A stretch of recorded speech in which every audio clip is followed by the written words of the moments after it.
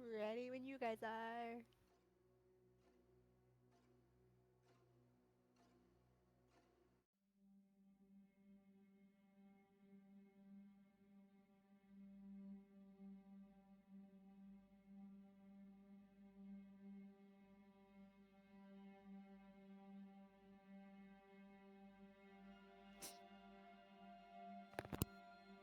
Okay. I mean, I am too. I'm just waiting to see if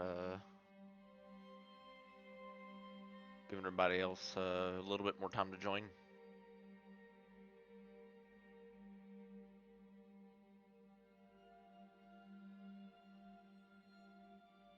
All right, that's fine. Renofin won't be here, so I'm just gonna remove him from the map. Randolphin's dead. Oh no, I'm so sad. Reed just said he fell into the hole into the center of the earth, which is funny since he can fly. Makes it even funnier.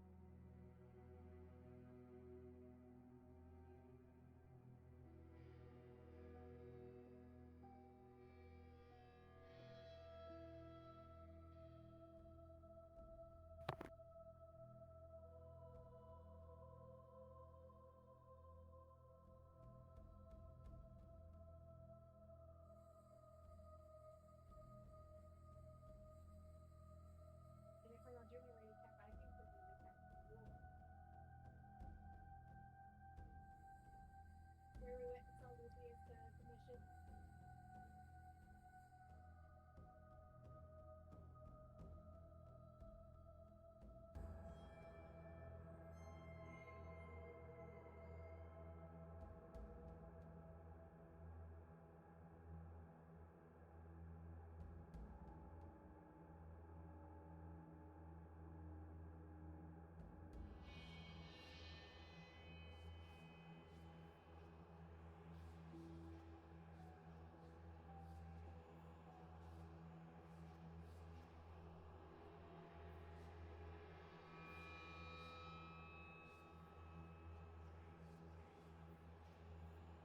Randolphin found a way out.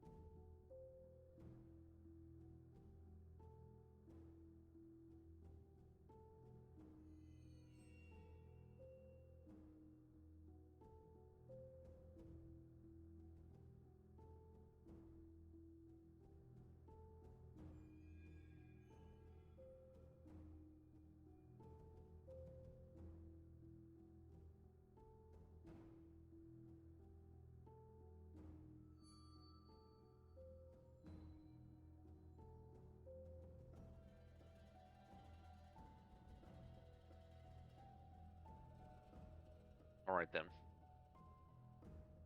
looks like everyone's here.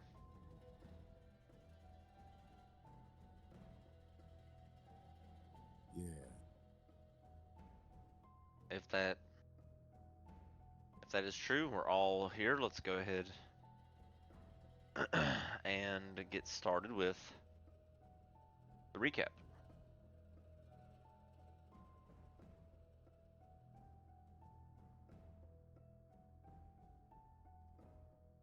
Are you talking about the 5 minutes we played last time? Yeah.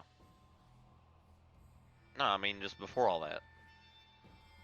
I mean we didn't. I mean the last that didn't really count because my shit died right at the beginning pretty much. So starting over.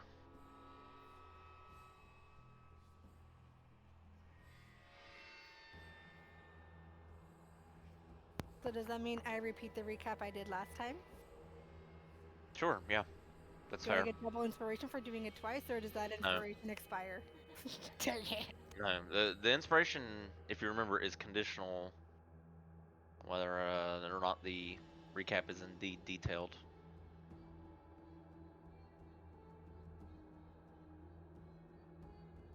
So last week's inspiration expired. Okay. Yep, you don't. If you're doing another, yeah, if you're going to do the recap again, then no, we'll just rewind and take the inspiration away as if you didn't have it. Alright. So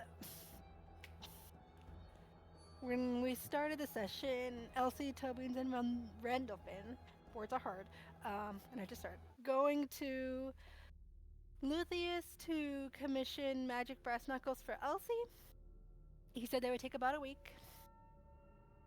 Um, During that time, Ree went and looked for just quick around town jobs to keep us busy, because when we're not busy, we go crazy. Rendolphin took a dog walking job where he met at the Cerulean Palace Avery Fenwarren, Luthieus' older sister, and her dog is a big dire wolf named Baby Doll, and it's adorable. When Rendolphin got back, we took up another job of going to the Crypt of Skiln to clear it out of any bad things and monsters. It's a bit of an older job, but might as well. When we went in, we met and fought an Aranyas, a Hezro, a bearded devil, a drow warrior, and a Nalfishi. I think that's how you say it. We won that combat. Um, as we're looking around, a lot of the sarcophagi are already looted and empty, and there's really not much left. Rendolphin found a torch lever where we could go to a second level of crypt. Yeah, when searching through just all the different rooms and sarcophagi, a sort of hallucination ghost projection, still not quite sure what it was, of Aloysia showed up and was mean to Elsie, which made her look like she was crazy and talking to herself. Um, Elric sniffed out and found a Cambion with 5 beholder zombies, where there was a lot of nat 20s and awesomeness in that combat.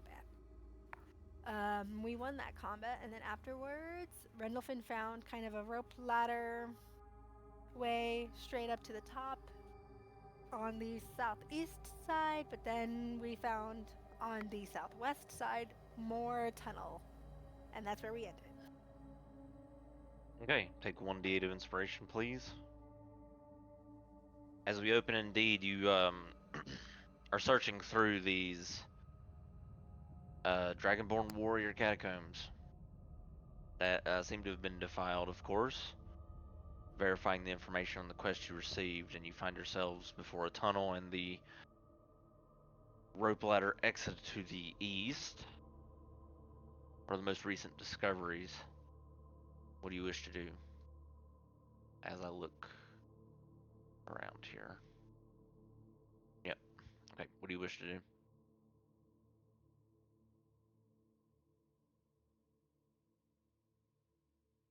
It's just you five now that Rendleton isn't here.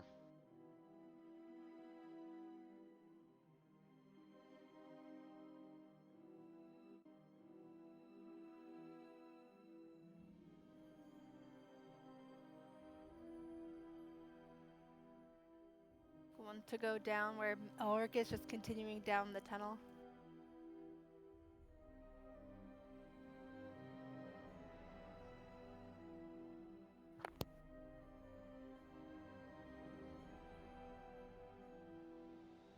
Okay.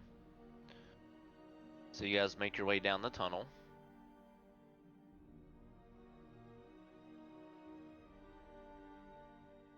And the tunnel, sort of, it goes on, I would say, for roughly 30 minutes before it turns into like this man-made stone passageway, which is 10 by 10. And it descends down into this old circular stone door that's affixed into the earth around you as you look upon it. These two torches lit on both sides. The door is sort of, front of the door seems like it's made of this iron as the torchlight reflects off of it, showing us sort of insignia of a dragonborn knight.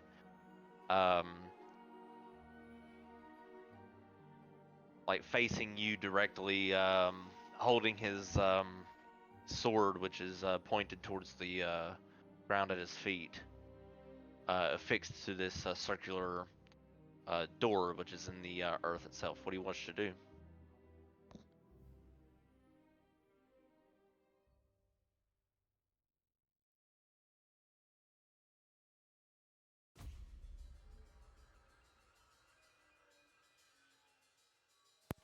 Does the rogue want to check for traps and look for any danger situations at the door? Sure. I'm not gonna lie. I spaced out for a second, so like the last thing I heard is there was a door. I'm sorry. Okay, this hypothetical door that I kind of heard. So then you I- should I check with looked at you. disadvantage. That's not nice. So it's a circular stone fixture into the wall. It must be some sort of sliding door, like one of those rolling doors that roll into the stonework. You can sort of see a slot beyond the right in between the door and the crack where it is supposed to go after it's activated. You can tell that much with your passive, Elric, as you all approach the door. And Tobins, you wanted to look at the door for what again? I guess traps, and if it's somehow locked, I don't know how you would lock a sliding door though, or at Investigation least a check. rock door. Wow, that was awful. Well, what you said comes to life. You're not really sure how a door like this would possibly be locked, so to you, it doesn't seem to be. I feel like this door would be super heavy if it's like made of stone. Is that what it was? Like stone and iron, yeah. I guess should we just try to roll it open? Probably someone who is much stronger than I am. Haven't said the magic word.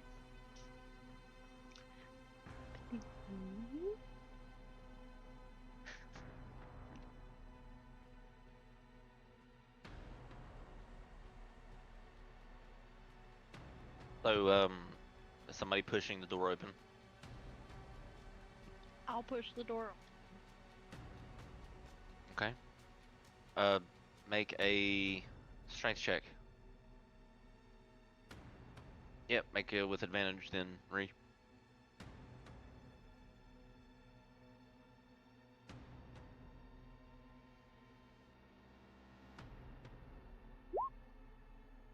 Okay.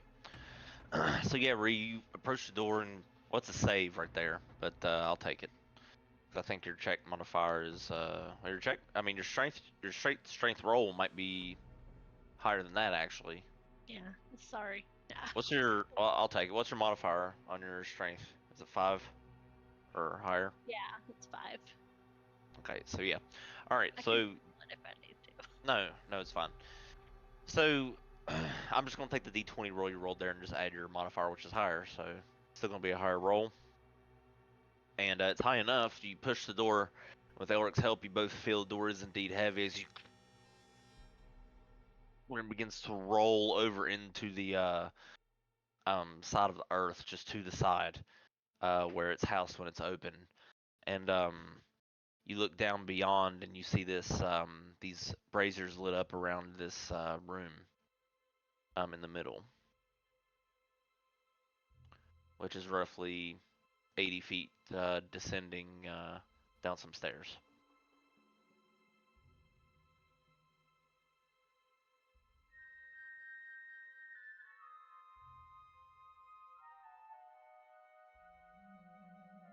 I guess we'll start walking down the stairs.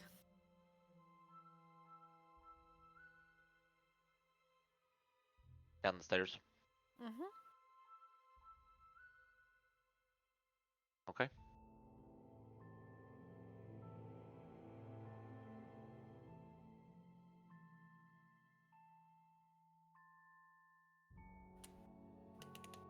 All right. You all descend the stairs, and what you can tell before you even break open is you see this circular chamber, rather large, and dimly lit by these braziers that you can just barely make out in the room.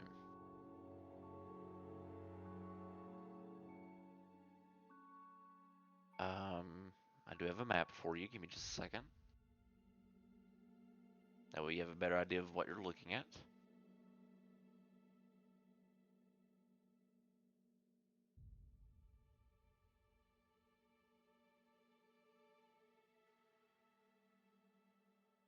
Okay. All right.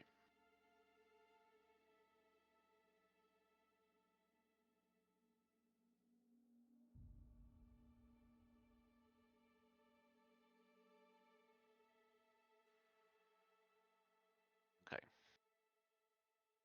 And make sure the lighting is set properly.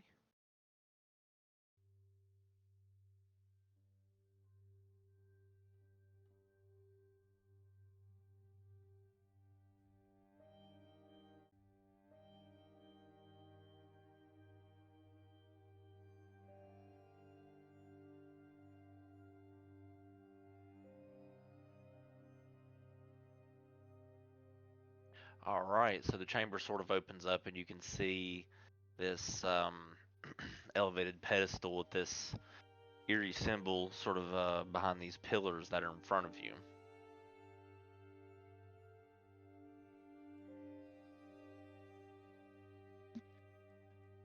What do you wish to do?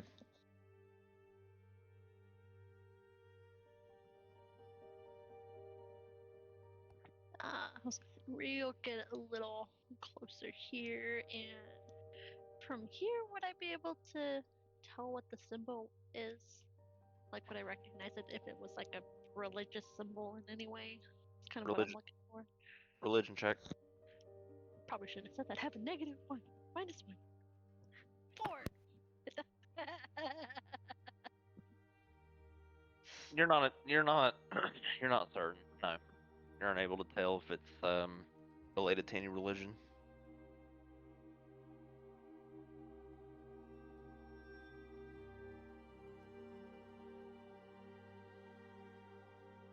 You look around. There seem to be weaponry strewn about on two tables to the each side of the entrance as you walk in.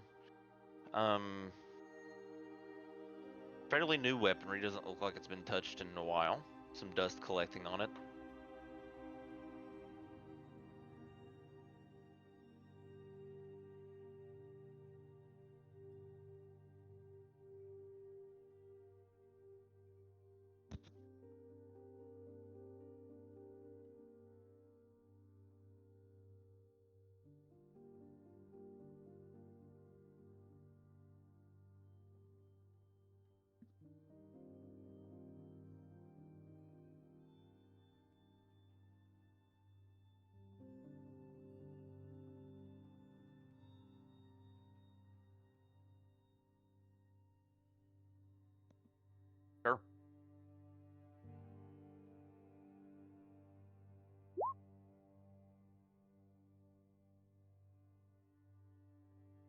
smell in the air. It's a very thick, sort of infernal trail that is leading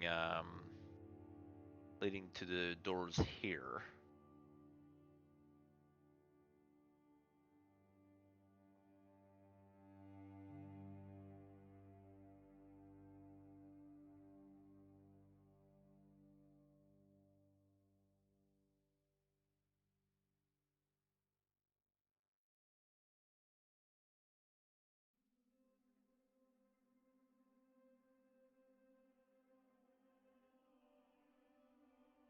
Are these things doors too? Like things on this side? Looks to be, yeah, these really ornate doors.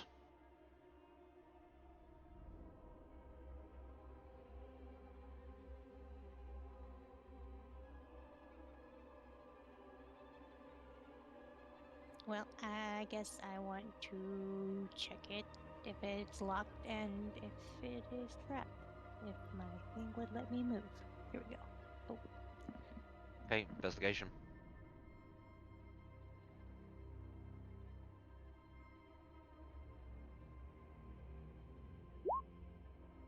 Yay! Great roll. It is locked, yeah. Well, then I would like to unlock it. Okay, thieves' tools with dexterity.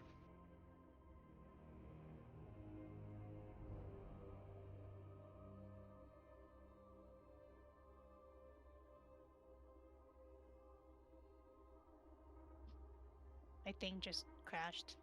Had a Did it really? load, I guess. Well, my screen went black, but I can still see my little bottom bar, whatever it's called. Oh wait, here we go. It's loading up again. Let's see if it'll let me do it.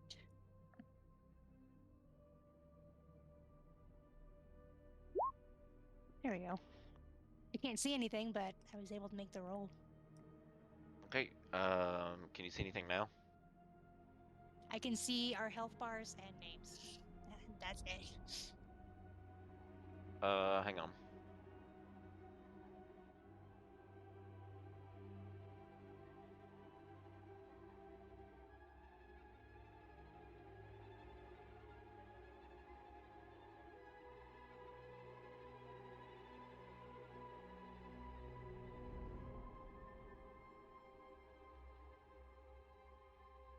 What about now?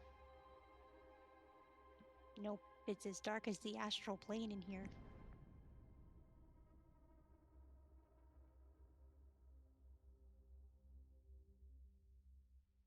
Okay, now. Let me refresh it. Maybe that will help. Yep, that's what I was going to suggest next, because I've done refresh your token.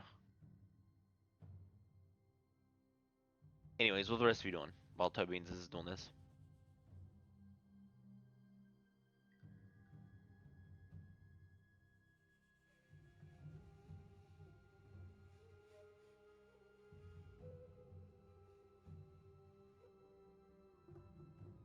Um, okay, investigation check as you look along the tables.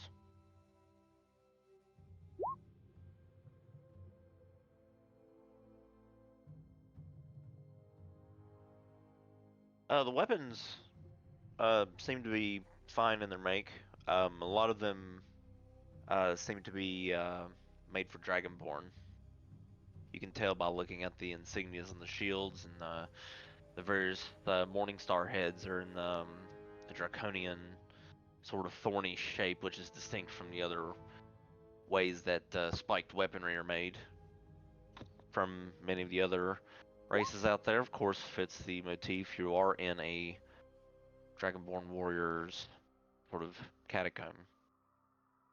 So the best you could think, Elric, you're looking around, and this may very well be an armory that you're standing upon.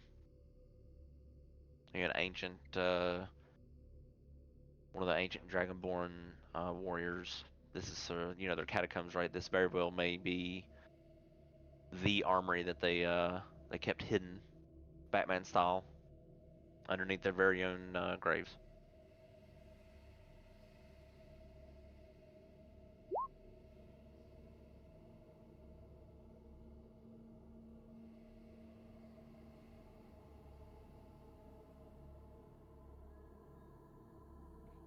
Was I able to unlock the door? You were actually, yeah. Do you want to open it? Yeah. Is it like a single door or is it a double door? It's a one big door. Ah, lame. I want to open it. If it's double door, I want to like double door open it for funsies, but it's just single. But anyway. Mm-hmm.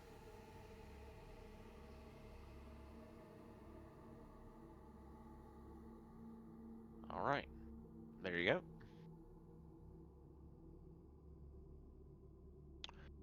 Door is open, and I need to put another light down.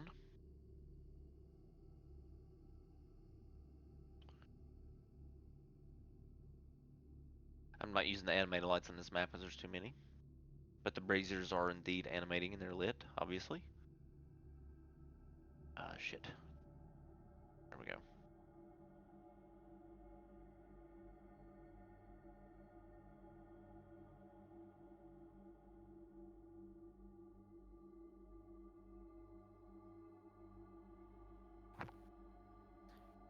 Tobies, this looks creepy and horrifying. Do we want to stay here? You look I in. mean, I was gonna say, can you even tell what it is? Because I can't. I mean, you walk in, and that seems to be like a like you look upon it, it seems to be like a barricade of arrows, like one of those big like meant to stop like cavalry style, like pikes with these bronze tips on them. The bronze tips are gleaming against the brazier that's lit.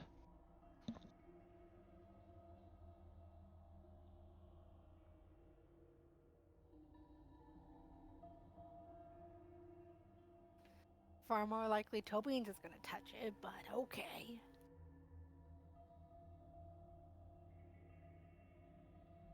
I mean, I'm not that interested in arrows. Apparently, I'm not the best at shooting them, so I don't really care about them. I mean, those are massive pikes, like meant to skewer like large beasts. Well, then, yeah, they're even less useful then.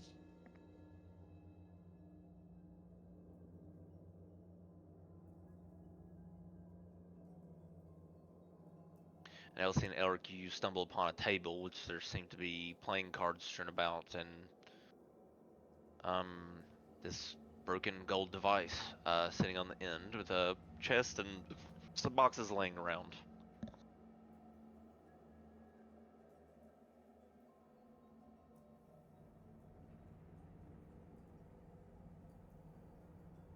Why not? I would like to go through the steps to open the chest. I guess checking if it's locked, and then if it's locked, I want to unlock it, obviously. Investigation.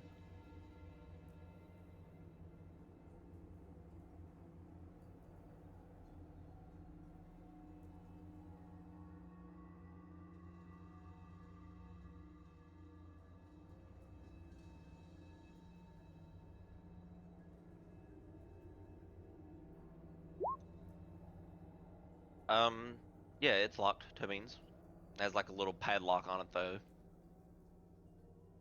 It has a little bronze padlock.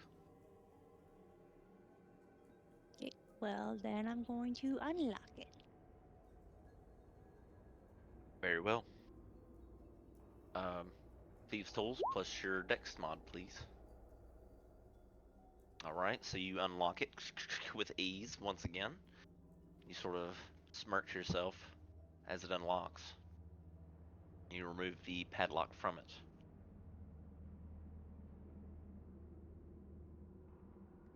I like how Elric told me to open the chest, but he didn't stick around to see what was in it. But anyway, I'm gonna Well, open it. it's lost, right? I mean, not your fault.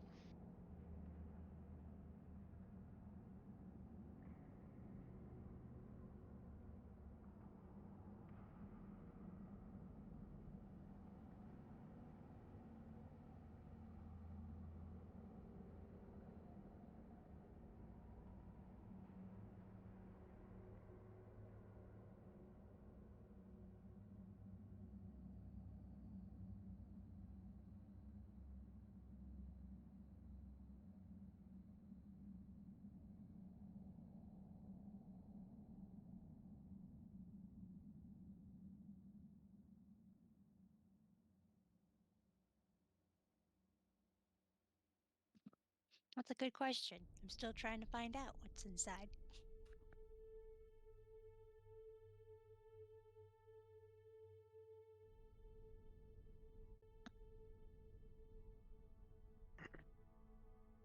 All right, so you open up the chest,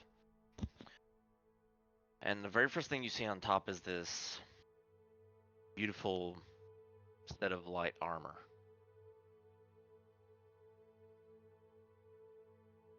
Let me see here. Where is the? Let me get you the thing of it.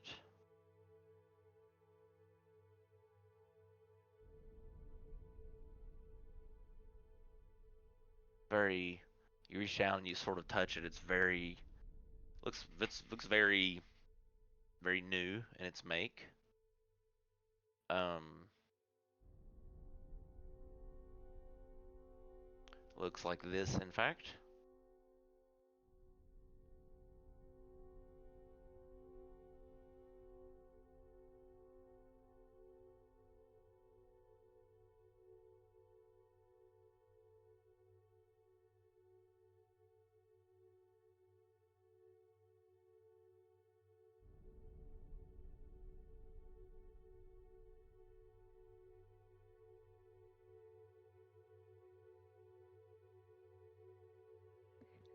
It appears to be a set of armor.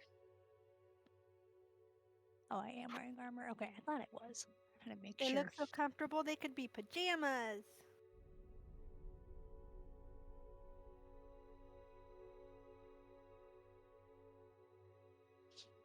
I'm like kind of scared if I put this on, it's gonna be like cursed or something. I thought the whole point of us coming down here to help clear the crypt was to, return things that were stolen or not take anything else. Was And I that feel a the little wrong. purpose? Stealing from a crypt seems wrong. You feel something coiled up in a sack as Ree is lecturing you, Toe Beans. You feel this something coiled up in this very beautifully golden silk bag. It's very cold, whatever's coiled up inside. I want to take a peek inside. Okay, you open it up and you see this very long, what appears to be a whip that's coiled up with this deeply arcane enchanted icicle woven throughout. Oh, I thought this was gonna feel like a snake or something. I guess snakes wouldn't be cold, and ideally they would not work down here. But I was like so scared I'm gonna get bit in the face. Anyway,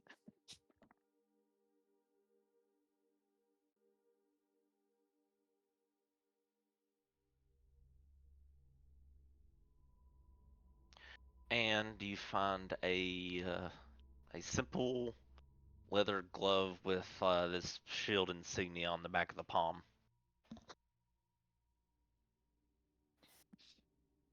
sure would be nice if Soren was here to identify all this stuff for us.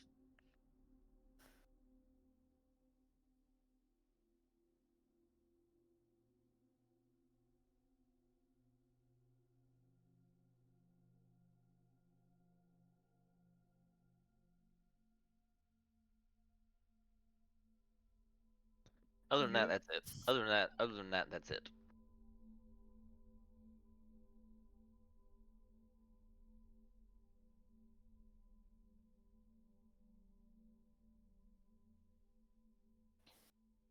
Cool. Alright. See, and then down here was the prison cells. Why are there prison cells in a crypt? That's weird. Well, I mean, they look more like stables than prison cells. Still weird. Well, I guess if They it's have, an armory for Dragonborn, then that makes sense, but still weird. right. It's I mean the doors are closed, but they don't seem to have locks on them in the style of a prison. They're more like seems to be like a stable or like a storage area. Um, and of course they have an archery target there at the end of the hallway.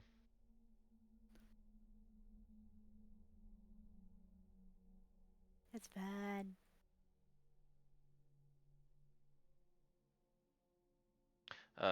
The ace of spades is heads up on the table, and there's a few other cards laying face down, and the broken um, something on the table. 4 chairs. The boxes, the crates themselves, you look through them. Um, there's 5 rations on the one on the left, right there in the corner. The other one's empty, doesn't have anything in it.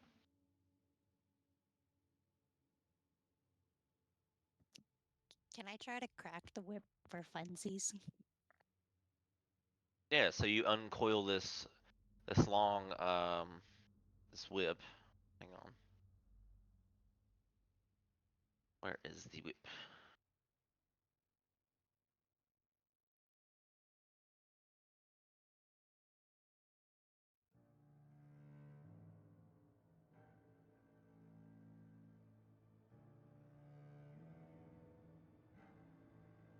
Yeah, so you just you sort of uncoil it, and it's sort of cold to the touch a little bit as you uncoil it out of the bag. This is to give you an idea of what you're looking at. So you just uncoil this thing and you hold it, and it has this really Barbie, Barbie, LOL, barbed tip on it. It's made of ice. It's glowing with this like chilly aura as you unfurl it, and it's pretty cold. But the leather grip on it makes it easy to touch around the icicle, like the handle. And you go to whip it around, Tobeans. Make a make a performance check.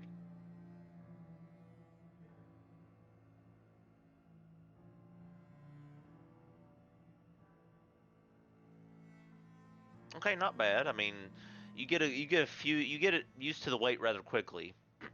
um, and you sort of crack the whip here and there, but it doesn't do anything like you don't notice anything immediately apparent as far as like what it's capable of, but you do swing it around, and um, it seems really durable. It's very fine in its make.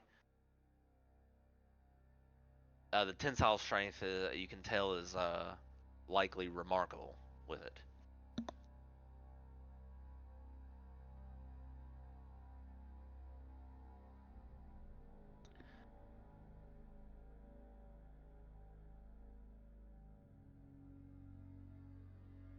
You guys look over, see Tobean's playing with this icicle whip.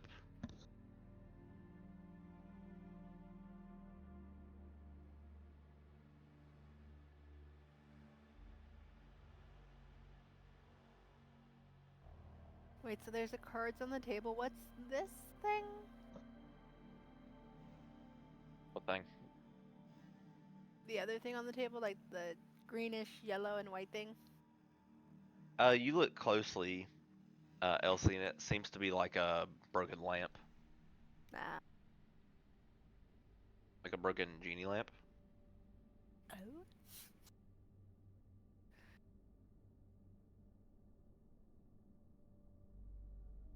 There's some sigils scribed on the inside of the broken pieces of the lamp too.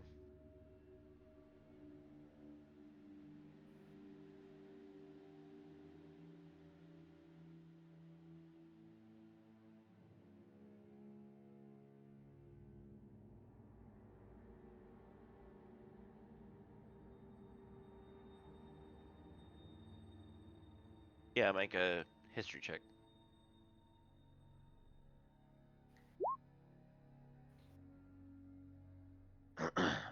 It doesn't seem to be the same one. No, that one wasn't broken open either way in either case, so you wouldn't be able to tell if its inside looked similar to this one either way.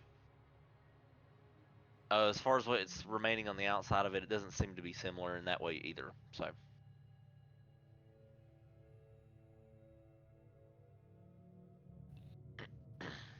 investigation as you look closely at them.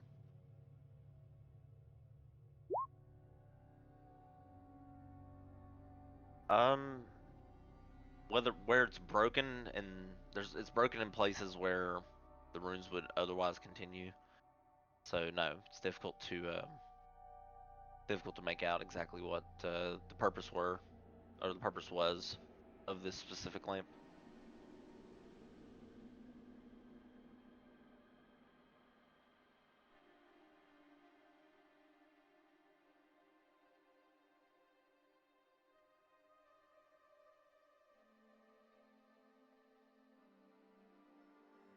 Alright, so next room? Should we go across or down? As we're leaving, Ree was gonna say to Tobins, I mean, ultimately, you have your agency. I'm not gonna stop you, but I will be very, very disappointed in you if you take something from the crypt. That kind of defeats the whole purpose of us being here. She'll just start walking away. Did they say we couldn't take stuff? Stuff was taken from it and they wanted it, like, restored essentially, if I remember right. So, I don't think they would take too kindly of us taking more things out.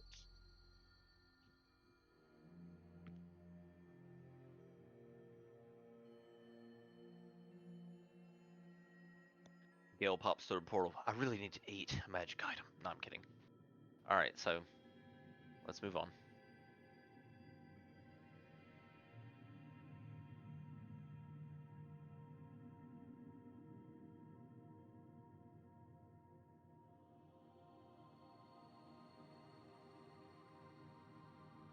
Alright, cool.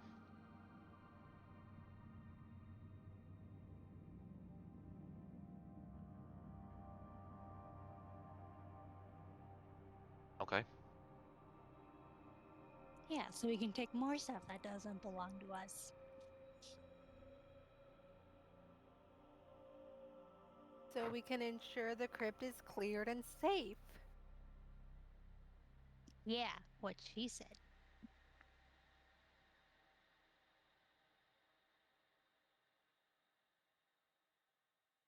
Alright, so you're going to this door over here.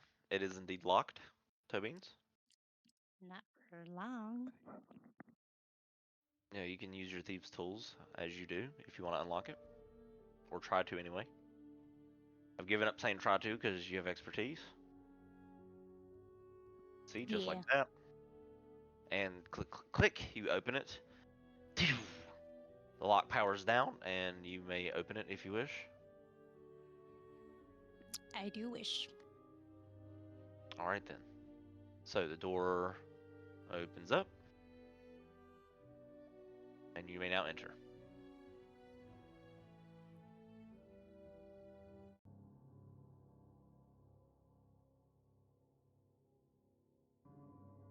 Elsie and Tobin's immediately on the table before you. There's an open scroll.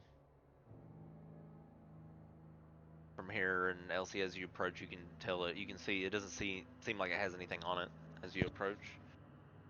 But the room is very open and wide, and there are these mannequins set up.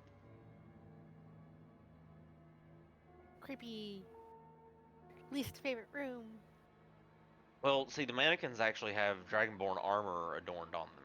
Helmets, very fine. I couldn't get Dragonborn adorned mannequins as a thing for the map, so you can see the rooms actually have bedrolls in them. And they have tables and barrels set up and armor adorned on the mannequins. Not all of the mannequins. Some of the mannequins are empty, but at least 4 out of them should have a full set of their half-plate armor, helmet and all. Very draconian in its make.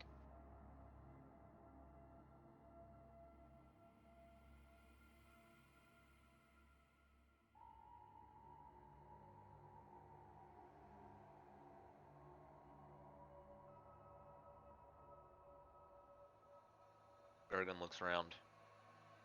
Not far removed from tribal living, which means this area is very old.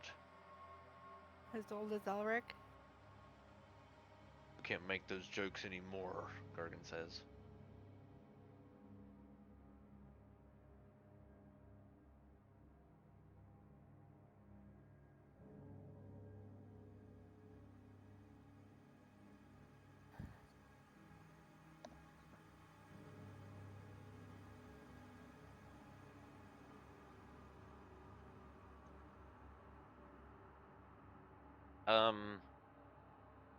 The barrels very clearly have some very strong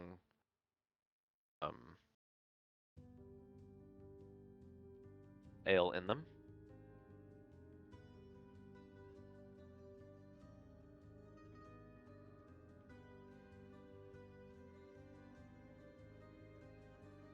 There are varying bottles laying around, some that are open, some that are not yet finished, some that aren't open that are on the tables.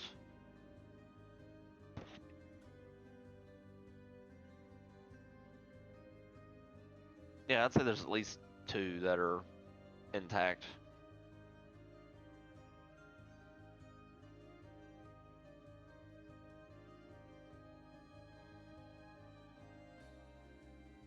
I mean, you look in, it is a little dusty, yeah, but not very surprisingly.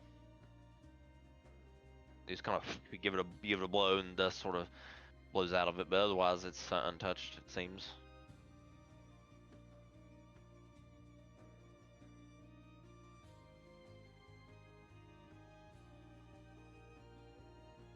All right, so you push inward on the faucet, and the nozzle sort of pushes out the ale into the mug.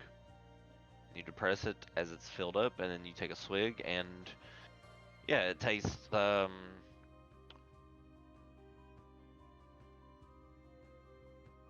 cold actually. Um, you remember drinking some ale. You would find this among a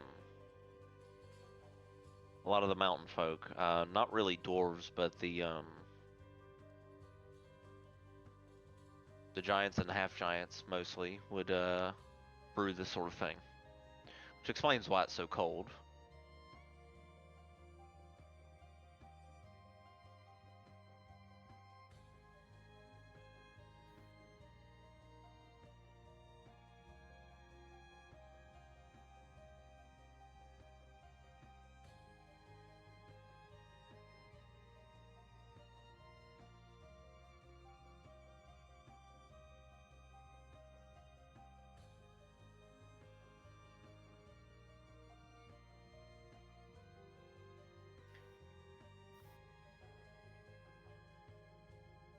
All right, so you fill that up, and there you go.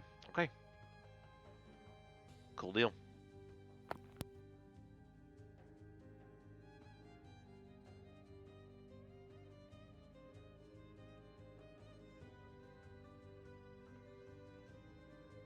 So,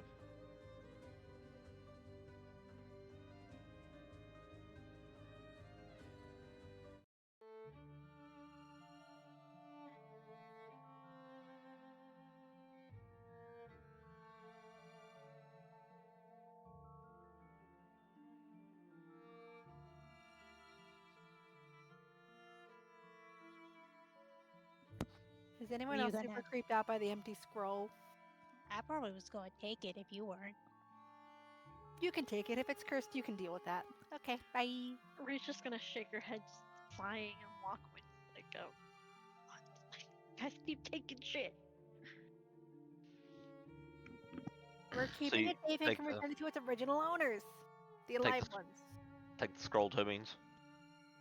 Yeah. All right, you roll it up, and it actually has this little thing you can wrap around to keep it sealed, and you stuff it in your pack.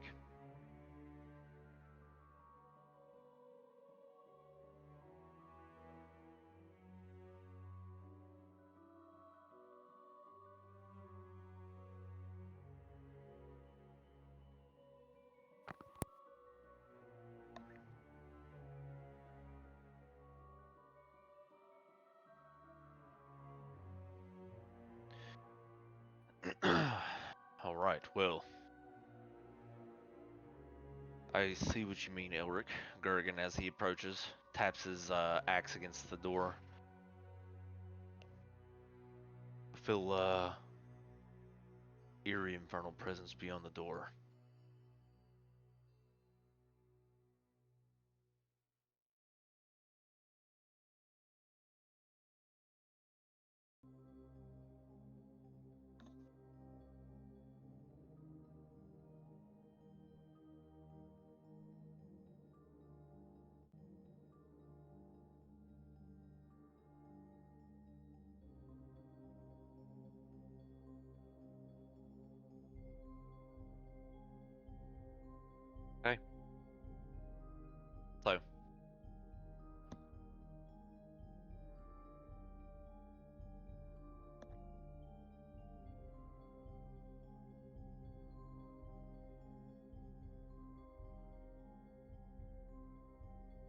Yep, that's me, the professional door opener.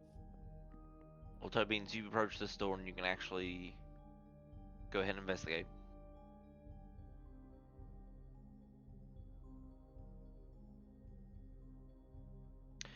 I mean, the door isn't locked, Toe Beans, surprisingly. Doesn't seem to have a trap or anything like that installed in it.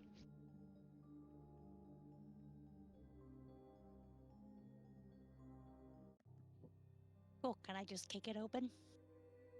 Sure.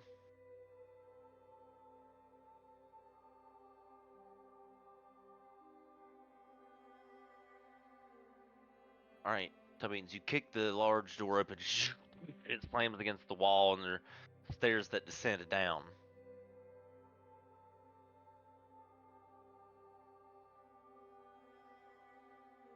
Visitors. You hear this voice echo in the circular chamber from beyond, this green light that is emitting from these giant green braziers that are lit. Or large, not giant.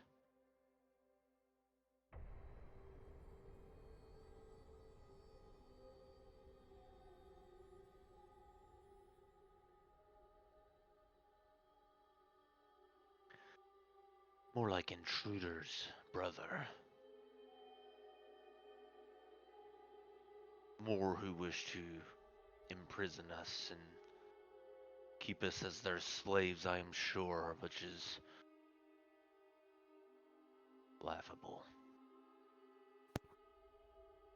Who said anything about imprisoning? We can just straight up kill you.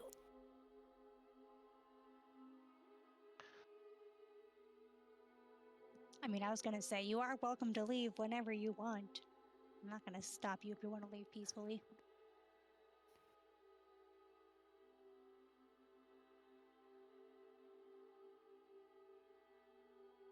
We will leave on one condition.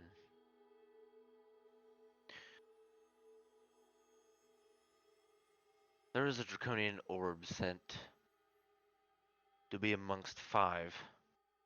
If you could bring them all to us, then we'll leave.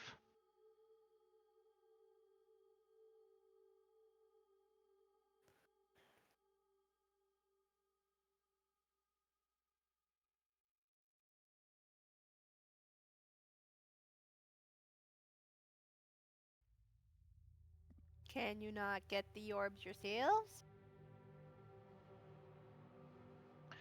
No, you see, we, Freeti, are free. Broken out of our master's prison. You see, the fools played with magic they could not comprehend. Drew one of the unluckiest items that they could from a deck of many things. Therein leading him to set us free.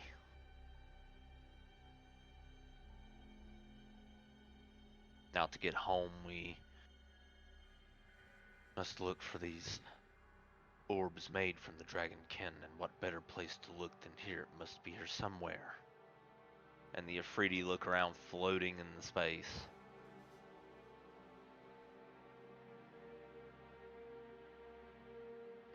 Is the deck still here? It was in the other room. That was a deck of What? many things, my god.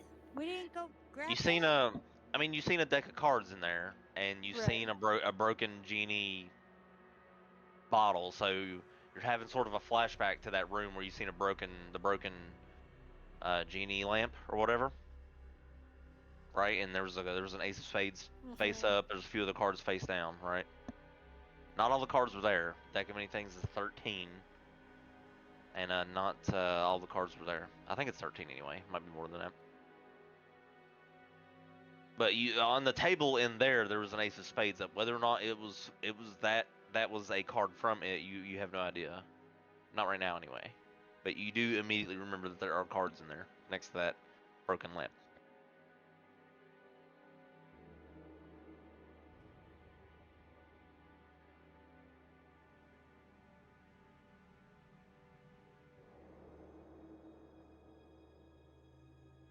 So you're here to dig, or you're here to die, and you're free to draw out these immensely sharp long swords and swing them around, and they alight on this green fire, each of them.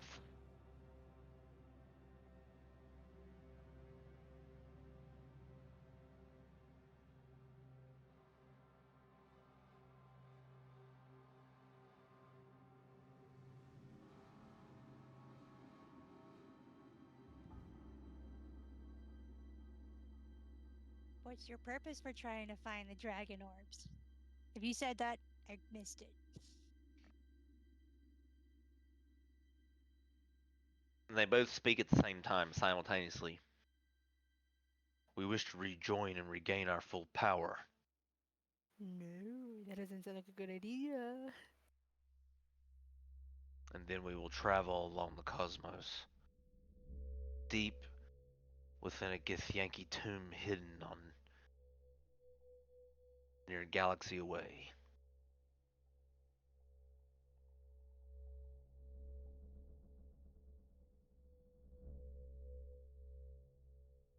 There we seek these bracers you see, and once we are made one, we will be unbound forever with them.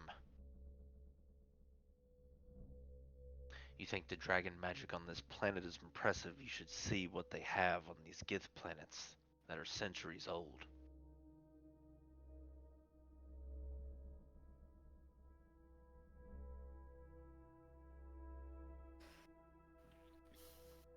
The dragon orbs sound like so much more work than just killing you guys.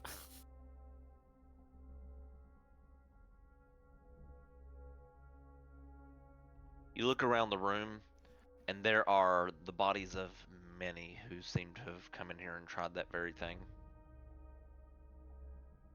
There's blood everywhere, corpses everywhere.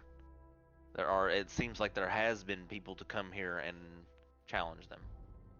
As you sort of scan around the room, Elsie.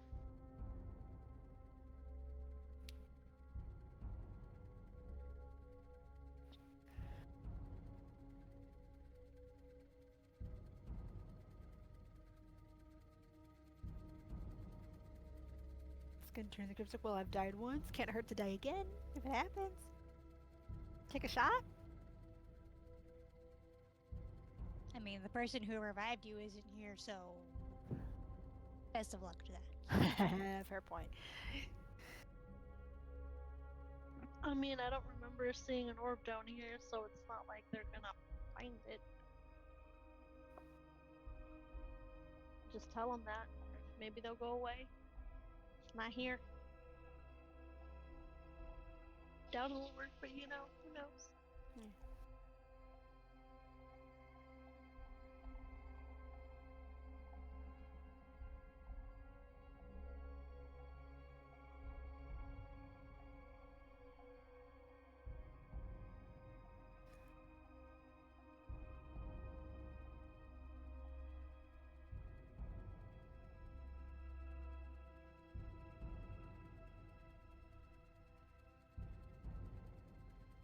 They speak up. Tell me, have you come across it somewhere in the searches of this place?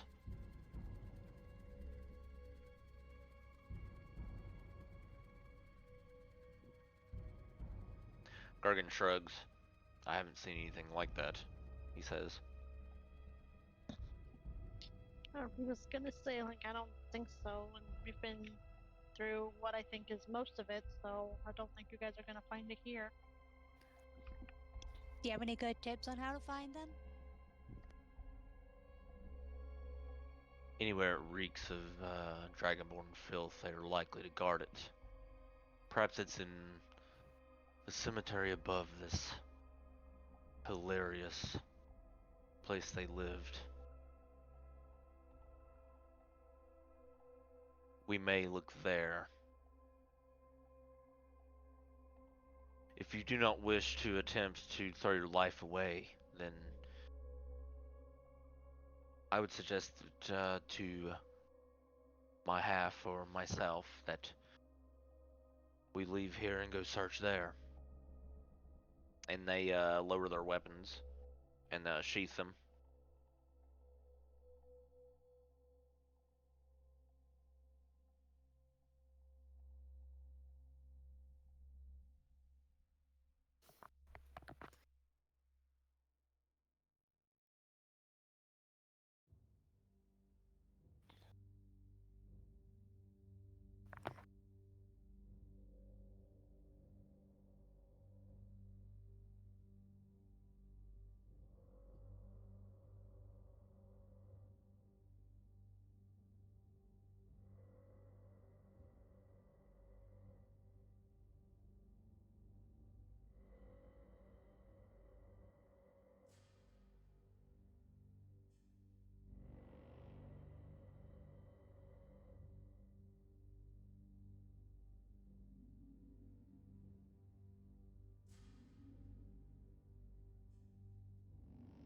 Elsie looks so excited. Yes!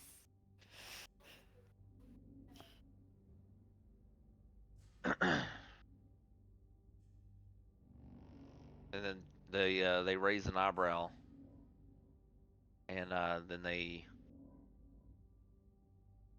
in a flash, their weapons disappear. Sort of this green flame out of thin air, and the two braziers begin to intensify with light.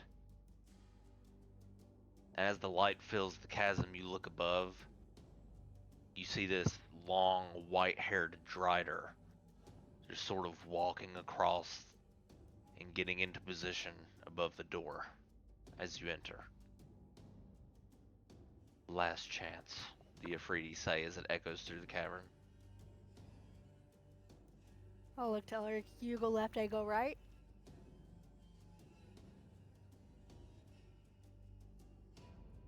About 120 feet up, it's a rather huge chamber that seems to reach and sort of cylindrically go up. And it's, as you look up, it seems to be very ornate in its make, as if, at a brief glance, it seems to be made out of something. But the light is reflecting off of the walls and sort of illuminating the entire area here.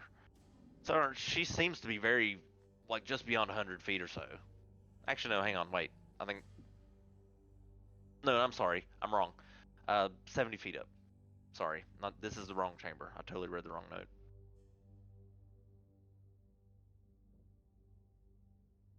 So she's upside down around 70 feet up. At the bottom of the stairs, that is.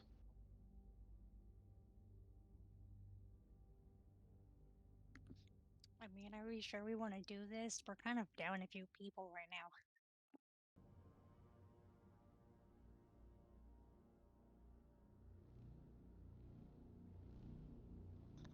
No, this is no.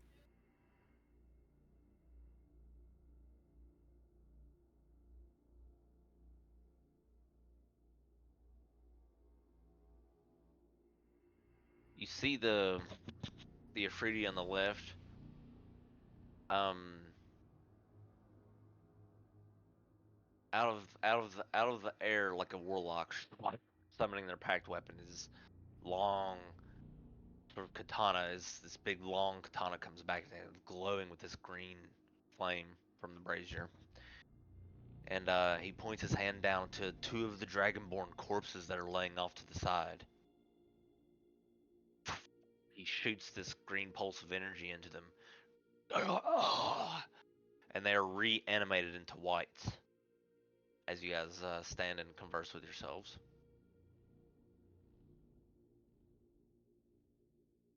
Infestation. Unholy. I'm gonna go kill it. And this should be you. And I'm gonna start running towards this one. Let's see how far I can go. 10, 20, 30, 40, 50. Oh, easy. And swing. Man, Elsie got huge balls to try this because the Drider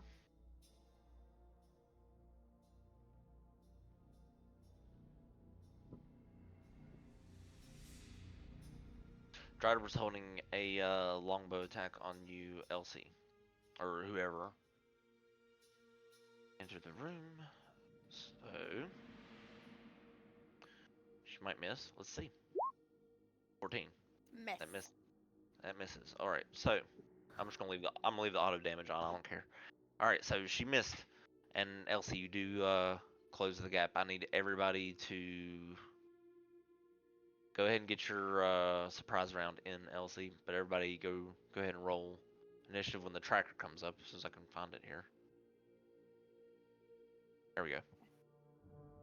So I'm gonna swing twice. Ha! 17. That just hits. Damage is 8. And then for bonus action, I want to use the jewel charge for Holy Grenade.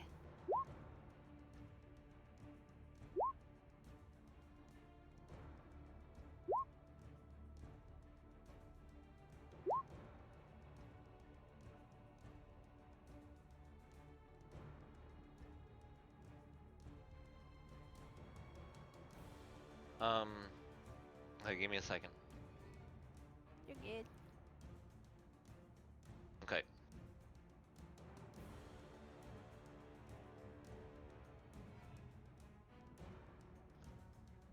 Alright, so the 17, that hit for 8 bludgeoning damage, okay. And then a holy grenade, are you teleporting away from him or into where are you going after you do it? That'd probably be smart. Well, actually, I'm gonna teleport right, just like right there on the side of him. Okay. DC 18 Constitution. Alright, so you just teleport and a divine light just explode into the space there as you reform in golden threads. He must make a con save. Alright, 18, just Yep, fails. he made it. So Oh, you made it? he Okay, because made it is So 18. made it, yeah. Okay. So then takes half of 4d10. Okay. So much damage. Alright. And then I'm gonna use my rest of my movement to, I have 30 feet just to move away. So 10, 20, 30, and then I need to roll initiative. Yep. That's it. Did you get higher than Toe Beans? If not, it's her turn. You did. Now it's your regular turn, Elsie, so go ahead. Alright,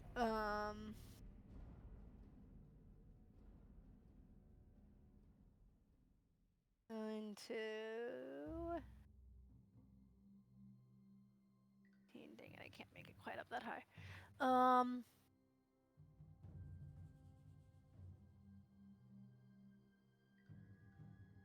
Do actually, I'm going to just step the wind dash it. So I'm gonna go up to the wall, do my usual run up the wall and crash down onto this thing. Alright, acrobatics. As you jump off the wall, I'm assuming you're doing some sort of flip. Yeah. Alright, acrobatics, and then Alright. you come downwards. Cause yeah, I can't quite fully make that just on movement, so I'll bonus action step of the wind. That's what I was about to say. I was like, so Yeah. just you jump up, you run up to the 70 feet, and then you hit the creature, the Yep. Drider. Yep. So then yeah, I'll just swing twice coming down. Okay. There it is. 17 and 21. 17 misses, 21 hits. 13 bludgeoning. All right. And then yeah, just gonna drop to the ground and stay there. And that's my turn. All right, Tobeans, you're up. All right. I say we can see what's going on first. 25. Wow, they're 70 feet off the ground. Jeez. As you walk in, you see Elsie elegantly landing on the ground.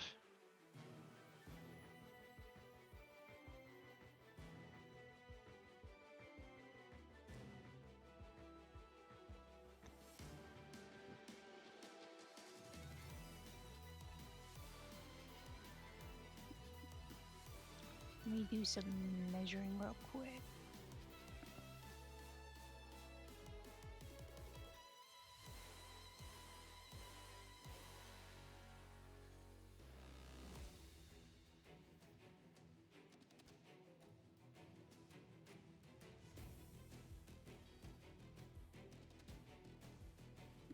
I'm actually going to use my action to go invisible.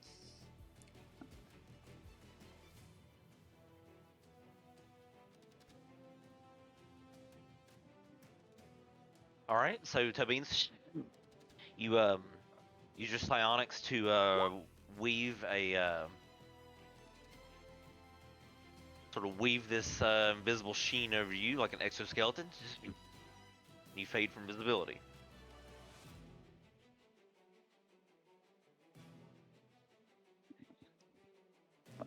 Then I'm probably going to use my spending action to dash a little bit. Want to move some more. Since I moved 5, 10, 15, 25, 30, 35, 40.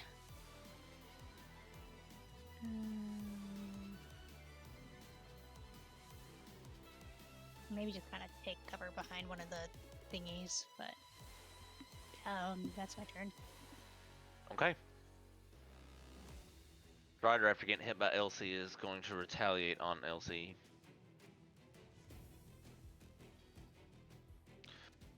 She is going to try and shoot you with her bow. It's a 9 and a 22. 22 hits. Alright, that's 6 piercing and 3 poison. And I am immune to poison. Alright, so no poison. As it's Gargan's turn, Gargan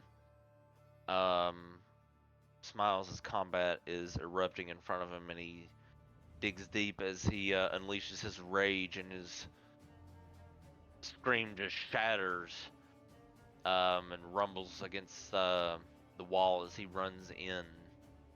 Let's see, 5, 10, 15. Into there.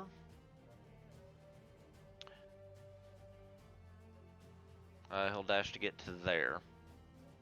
And it's Ifriti's turn, so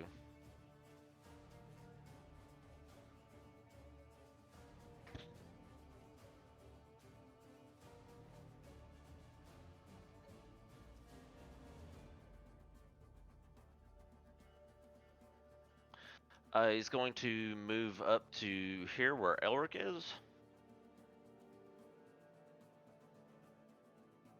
And he's going to make 2 scimitar attacks. 28. Alright, that's 8 slashing and 8 fire. And then another scimitar.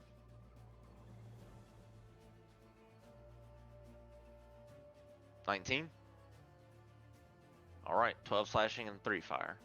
And now it's your turn as you get struck by the Ifriti and his massively long katana-sized scimitar.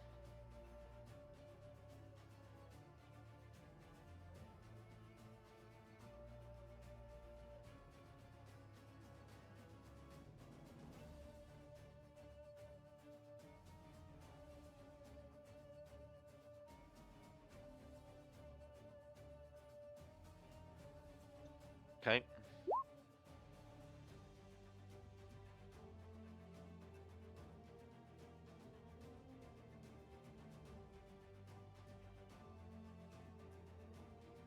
Alright, so the onigiri, as you slash, these cuts envelop the Ifriti. So go ahead and as you slash.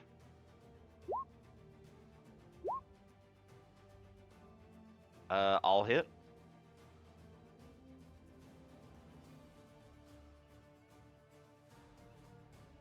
Okay.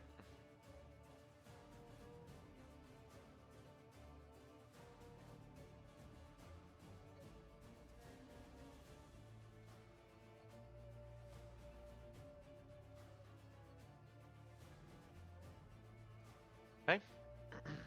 So you cut it, and you seem to cut into its form quite quite more than you anticipated, given that it seems some of the other strikes don't seem to be affecting them as much. But yeah, you hit with all 3 attacks.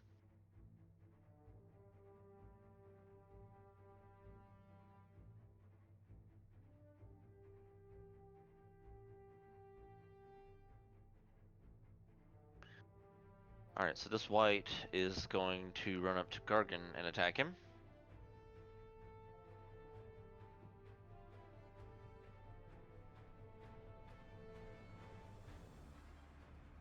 Alright, so he's going to...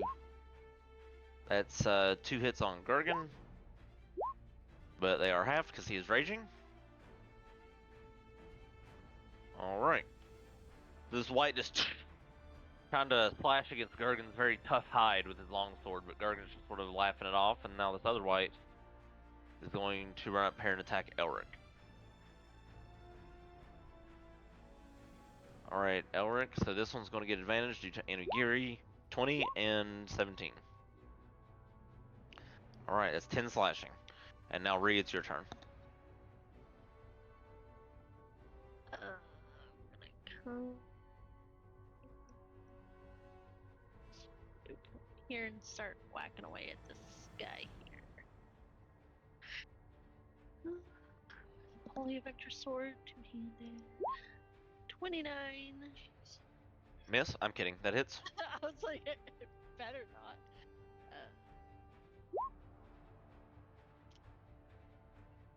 Lots of damage. I can't math right now.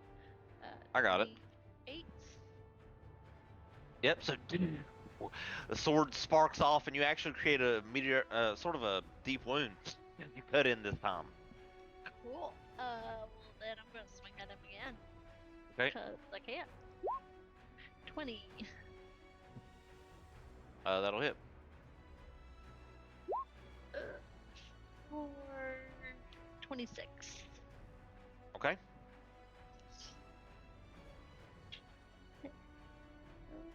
It's not doing any extra fiend damage, okay? Because it's these are elemental creatures. Okay. Okay, but it is doing. I mean, it's still doing the rest. You know, it's still doing quite a bit. Sounds fair. Yeah, I mean. And that's my turn. All right. All right. This is Freddy's turn. So Gargan's in his face. So this is Freddy. Here will attack Gargan. 12 misses. 27 will hit Gargan. All right.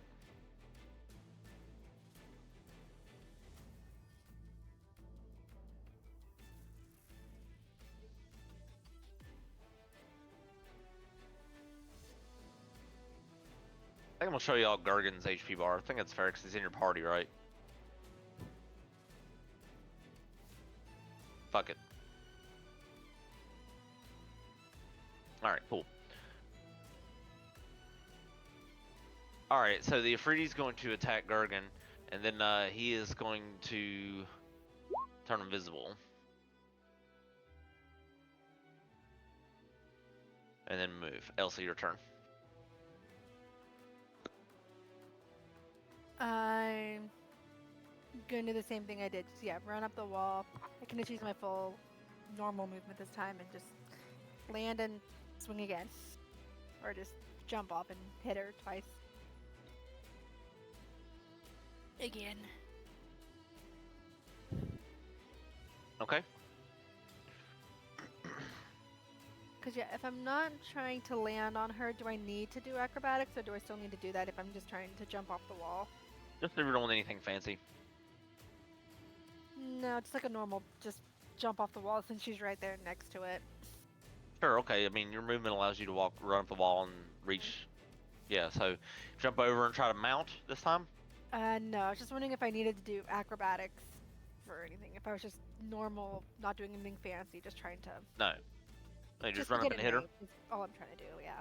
Okay, yeah, you just go up there because you have the movement. Yeah. Alright. 12. 13. Miss. Well, I'm running out of things. I'm gonna teleport back up as I'm falling. I'm gonna teleport back up to her and do a holy grenade on her. Okay, cool. And then, yeah, once that's done, then just dropping back down.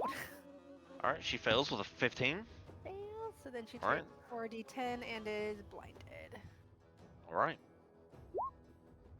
Nice. Yeah. So it explodes in her eyes. She sort of tries to shield her face from the full impact, but kind of like a Dragon Ball Z solar flare, it still blinds her. Alright, and you slow fall to the ground? Mm-hmm. And that's it.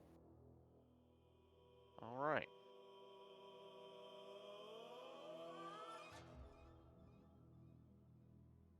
Alright then. This creature is blinded. There we go. Alright, Toby, it's your turn. Did I see the Ifriti turn invisible? You saw him attack Gergen, and then he turned invisible, yes, but you saw the location where he turned invisible from, sure. So What I want to do is like kind of use this and just kind of walk around to see if I can find him.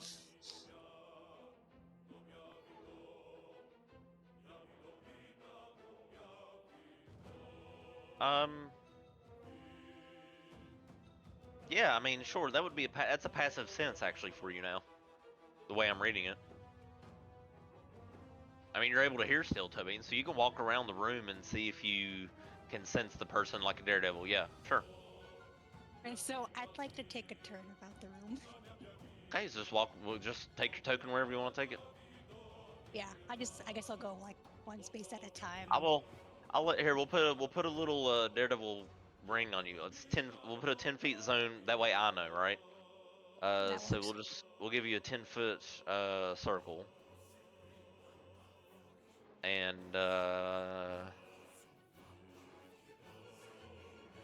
like an aura, right? Something like that.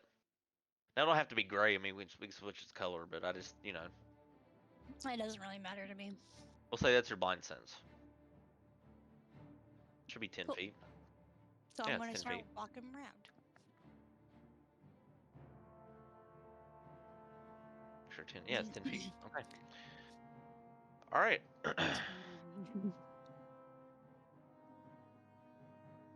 20, 25, 30. And then I'm gonna use my zoomies. Okay. 35, 40. Thought he'd be over here. Guess not. Um, Oh, is he? he is. He's preparing.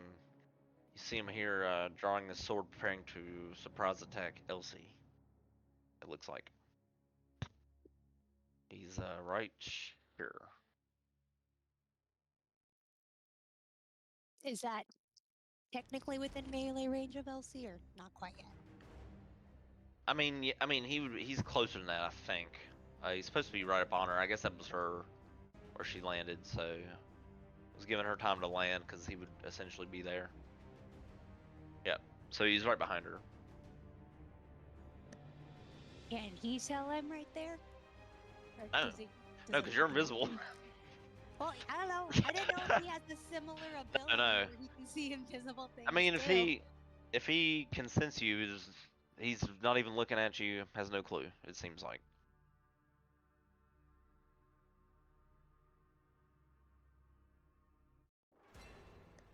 Well, then, I guess.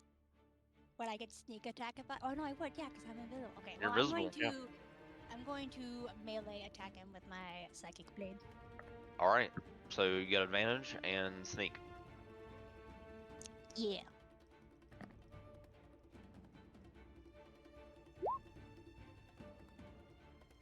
That hits. Cool.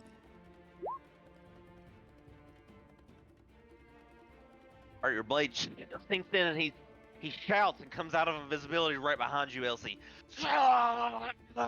He looks down and sees Toe Beans as Toe Beans also comes out of invisibility, stabbing him from behind you, Elsie. Oh shoot. I think I have a tiny bit of movement, but again, not opportunity attack.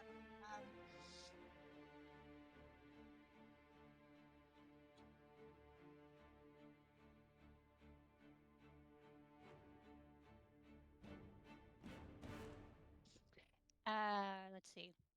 I did my action to attack. Bonus action, I guess, was moving more. Wait, no, that was my zoomies. I forgot how much I did. So I think I still have my bonus action, right? You do, yeah.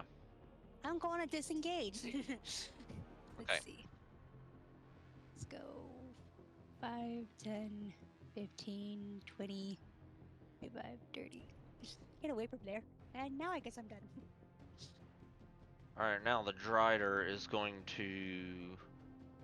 So she's going to be blind, Elsie. So how long does she get to save from that, or how long does that effect last? 1 second. She is blinded until the start of my next turn. Okay. Not much she can do. She's just gonna scurry around the room up here and just kind of stay against the wall and move around to just move blindly around to there against the circular space of the room. Gargan is going to get angry and attack this white. He's going to scream at it and do a series of reckless attacks on the white. All right. So rage and frost, great axe. Yep.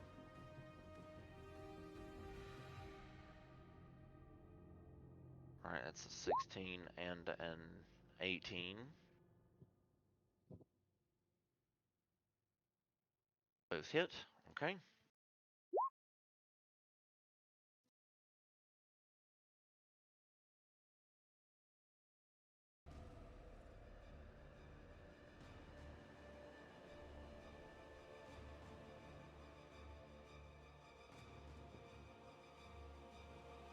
All right, and 2 slashes. Gargan cuts off his entire left shoulder and arm and was holding a weapon, and then completely decapitates it with the other swing, entirely killing the white, and it crumbles to pieces at his feet, dead.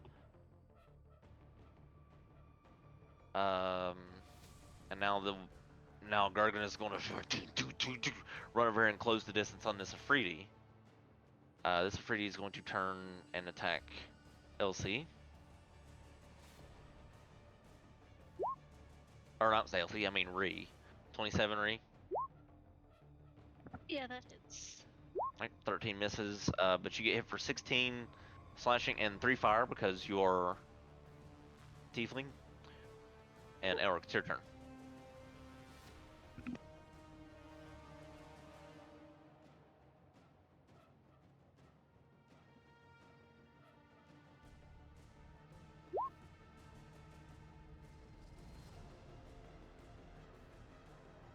Okay, so you sheath one of the blades and you spin your katanas around you in place. And each of these creatures must make a dex save to not take the full brunt of the damage. So that'll be the white. The Drider's just in range, I think. Or no, the Drider's up on the wall, but the white is in range. All right, the white rolls a natural 20. The Afridi an 8, so the Afridi fails. 36. All right, not bad. Spin in place, cutting them.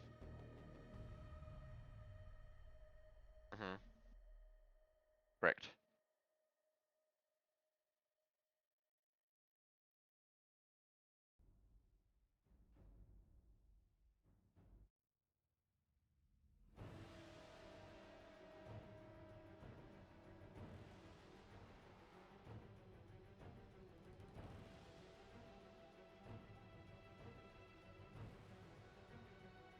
Okay, and you're gonna... Okay. Attack the Afridi. Gotcha. That'll hit.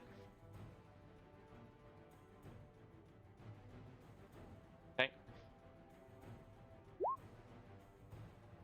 Hits. Alright. The Demi still cuts into the Afridi. Anything else?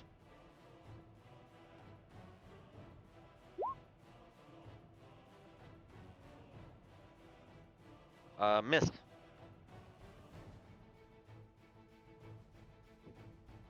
Alright, this white will attack Elric. Alright, that's 2 misses on Elric. Ree, your turn. Just gonna do the same as last time. 2 swings for the Holy Avenger. So it seemed to work last time. Okay, 26. that hits. 19 if it doesn't do the extra radiant. Okay, Then again, 17. just hits. 22. Alright, and with that, you cut through the waist of the Afridi and he drops his sword, which is immediately evaporated in divine flame from the the bright exploding divine light of the Holy Avenger. The Ifriti shouts in this echoing shout, which is immediately muffled by your divine incineration of him, as he was brought to 0 hit points. And that's my turn. Okay. This Ifriti looks over. What have you done? No!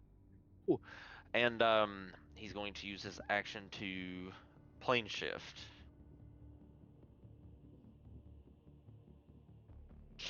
And disappear out of the space. This white loses its elemental power and crumbles into bone at the floor here in front of Elric. And that is the end of combat. The Drider. Oh, the Drider's blind. Yeah, that's right. Let me see. Was she summoned by him? Let me check. I think they summoned this creature. They did. So, this portal ripples open behind the Drider. This large infernal hand reaches in and grabs it and yanks her through. As whatever plane its master returned to, so did it, apparently. And the white stays though, because it was just bones. That is the end of combat. Yeah, I forgot about the Drider being a slave as well. It was an entirely different creature, but I forgot it was summoned here by him. So, cool deal. All right. I was just gonna be like, see, not dead. So much simpler than going to find whatever task they wanted us to do. So much simpler. Aren't we working on that anyway, though? I mean, yeah.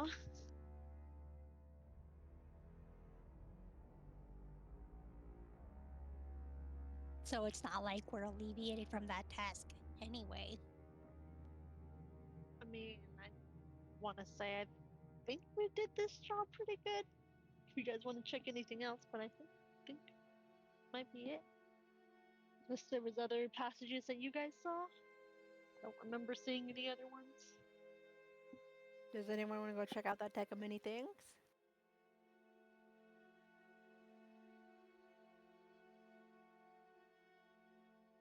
Because they were talking about it. They said it was a deck. The I revealed the map. So yeah, I mean, they made mention of it. Yeah. Yeah, they said it was a deck. So I'll be right back. Give me a second. But I mean, you can travel throughout the map if you want. I mean, we don't have to like pull from it, but just have it in case of. You never know. Can either go really well or really bad. Is that what you're doing, Elric? Yeah! Yes!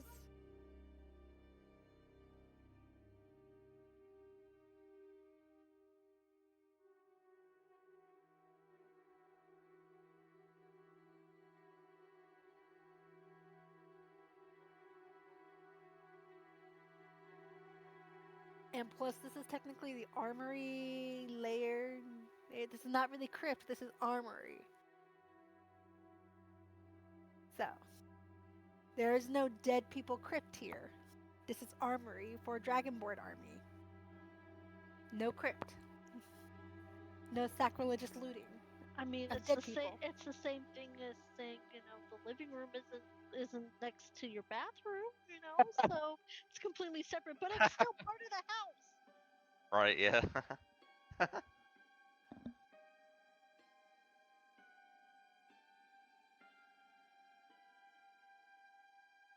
Yeah, it's face up on the table. Yeah. Cards turn about, and there's this little pack that is closed. A small little card satchel looks like it's closed, like off to the side.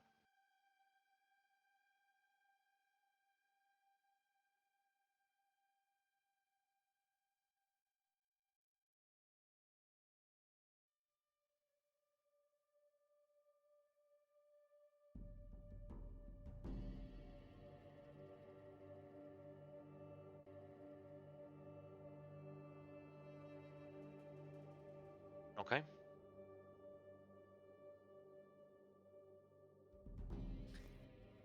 It's like a Especially the small little. item. It's like a small pouch. Okay. But you don't know. Especially. You don't. I mean, you don't know if that is indeed what you're You know, the item. You know that you speak. You have no clue. But you see a pouch there. You see a few cards on the table. The smashed genie bottle.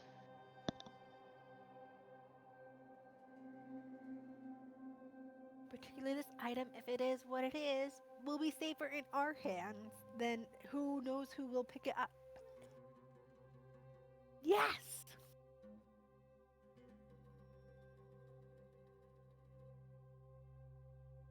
Gergen comes out after his rage subsides. Fun new drinking game if this is the item they speak of. My tribe has many songs of its mystic power. Great ruin this sort of magic brings upon people, even I know that, Gergen says. But let's not get ahead of ourselves. And Gergen will take 2 points of damage because he was not supposed to be smart enough to say that. Psychic damage. Yep, Is that like the stupid text? I guess, yeah.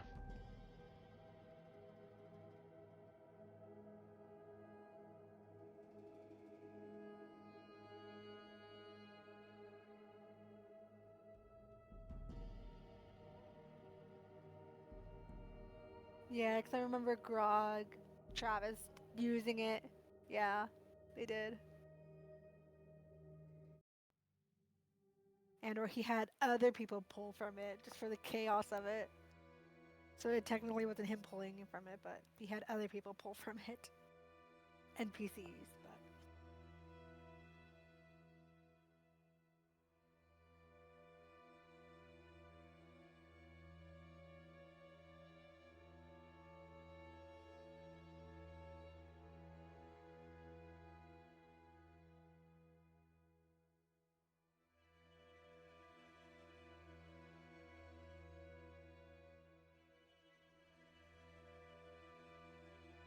Is there only one deck of many things in existence?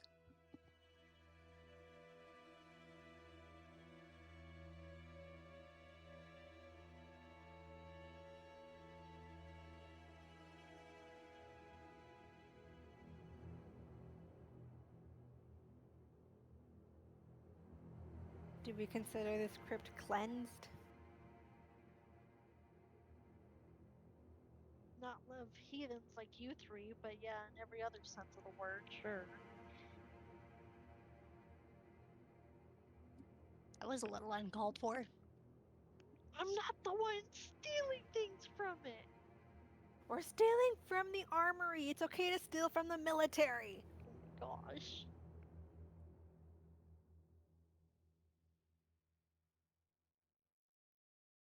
Simply military surplus, and we're using it.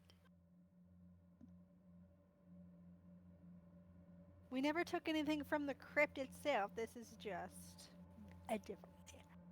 If it bothers them that much, I'll pay them for their sacrifice.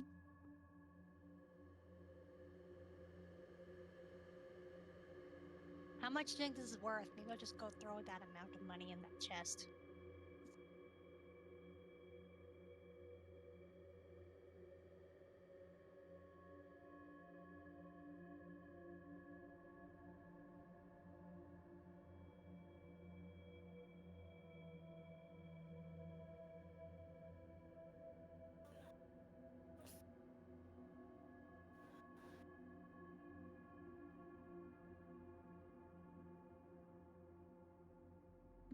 Well, I'm gonna go leave like 150 gold in the chest. It is definitely worth way more than 150, but okay. Well, I don't care about the deck. Well, like the armor, the comfortable armor, plus the For whip, the stuff plus I the took, gloves, Elric plus... can pay for his own stuff. Fine, I'll make an even 200 because that makes the math easier on my brain. I'll leave 200 gold in this chest as Probably just the armor is worth 200 gold, but We'll get it appraised, and if I really feel like it, I'll come back and pay more.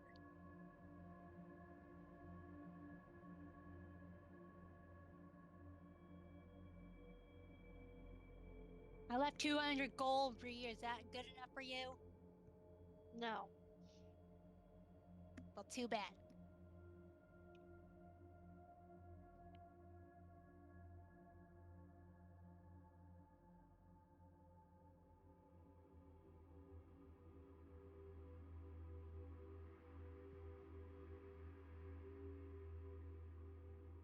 then I guess we just walk back the 30 minutes through the tunnel and out the crypt, the way that Rendlefin found. Yeah. So you guys exit out and go back to the surface? Yeah. For brevity's sake, do you intend to go back to Ank'Harel? Yeah. Okay, so we'll just fast travel that if you don't mind. Yeah, to the place that posted the job. Okay, Or yeah, the people, whoever did that. let's do that. Let me do some encounter rules real quick to make it fair. A 3, 5, and a 3. Okay, great, cool. All right, so you guys are able, after a few hours have elapsed after your adventure in the Dragonborn Catacombs, Catacomb of Heroes, you find yourselves back in Ank'Harel.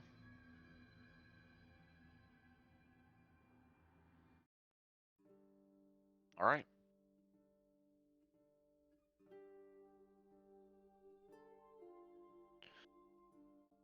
What time would it be right now? Let's see. So I think you got there still sort of daylight. Go down to the quest. Didn't have any long rest down there, I don't think. No, we Right. didn't. So you came back out. 2.5 hours back, so I would say it's around 7 p.m. by the time you get back. So not real late yet. Would a magic shop still be open? There are a few, yeah, they're open rather late in the city. Like until Well, 11 then, or so. at some point on the way back, I would like to go to one to get the stuff identified and appraised. Sure. So you're gonna go take those items to get identified at a magic shop. Gotcha. What's everyone else doing? Rewa's gonna go find the people who posted the job to let them know that they finished it and get the payment. Even though we don't really need the money, it's the principle of the thing. Sure.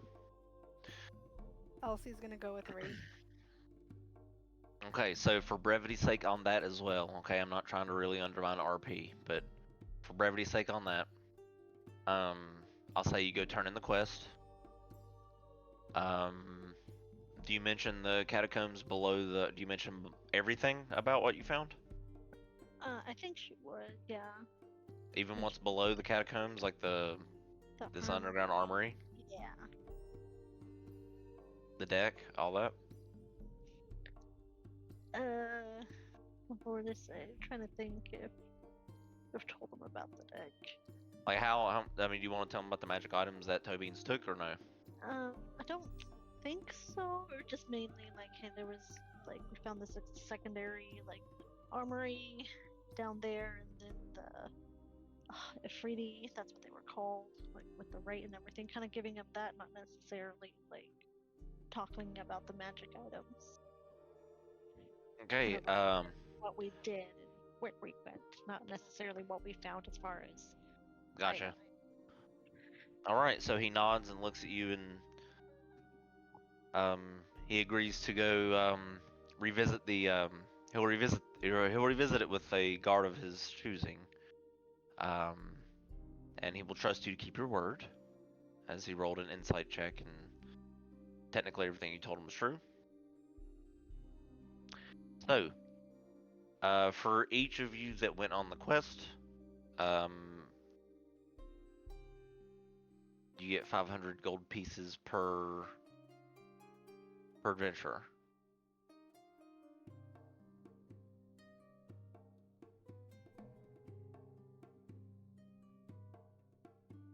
So each of you that went on the quest, you get 500 gold. Woohoo!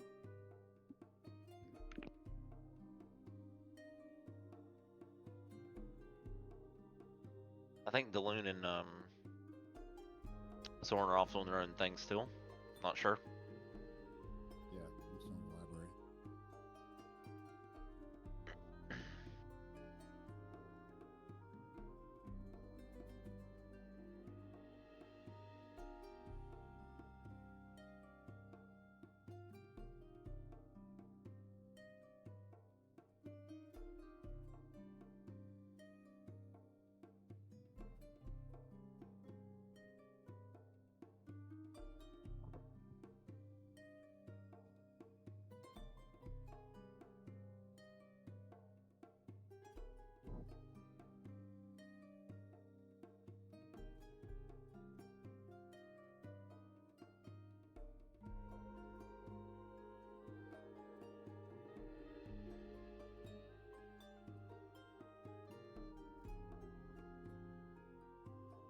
Okay.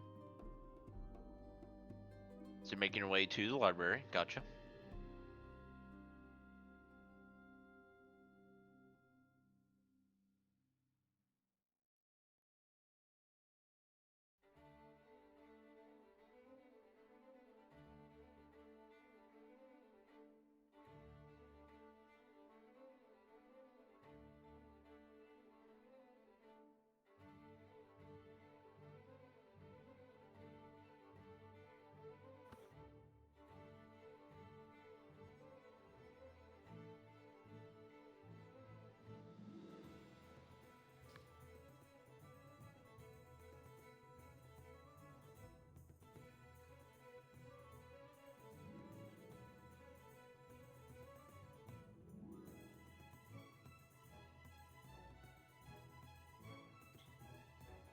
Okay.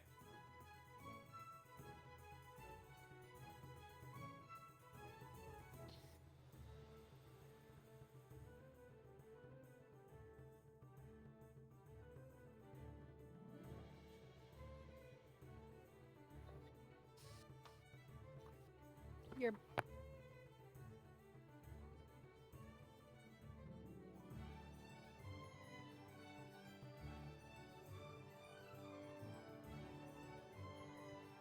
Alright, give me a second here. I'm looking up some stuff.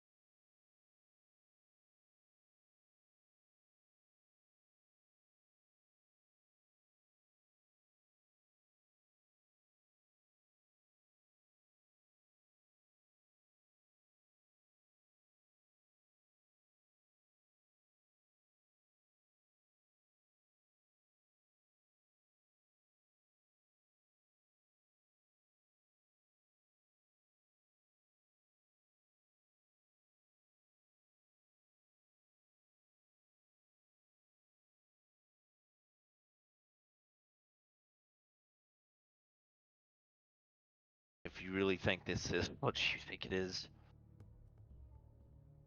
So he goes to cast the identify spell on it, like jokingly, just using a slot for it because he doesn't really think it will be anything. So just he casts identify on it.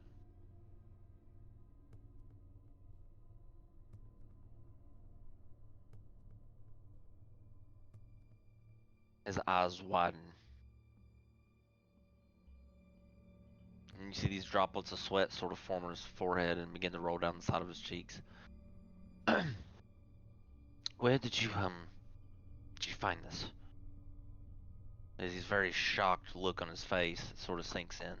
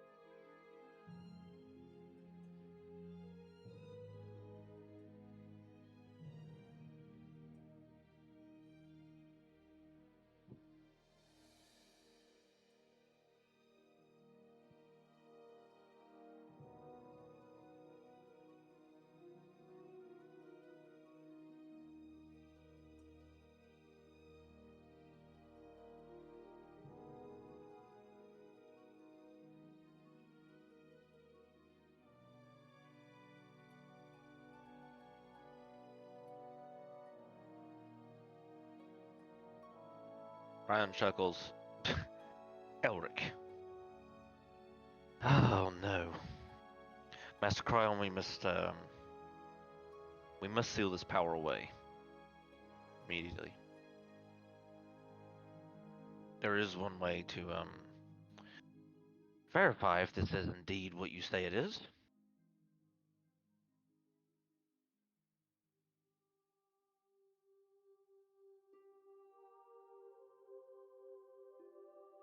Well,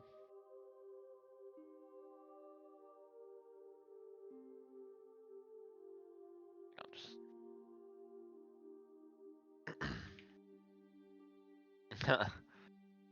um...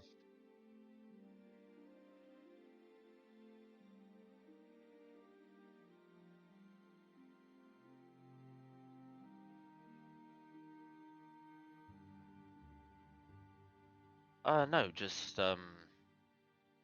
open the pouch and, well, first let's see how many cards are in there. That would be a good place to start.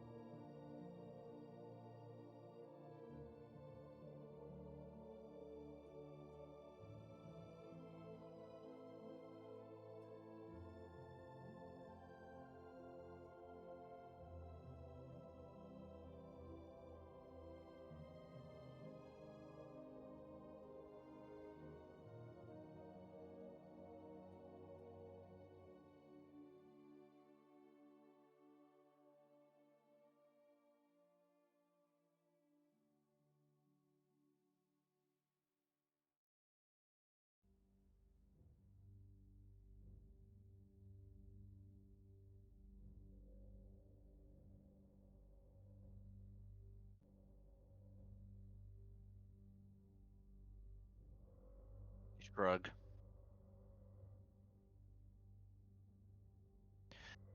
This is a power I'd rather not mingle with or really alert anyone on the council to. So, sure, I'll let you bear the responsibility of keeping it either secret or known. That will entirely be on your shoulders. I am comfortable with that. Our school doesn't need this sort of attention anyway.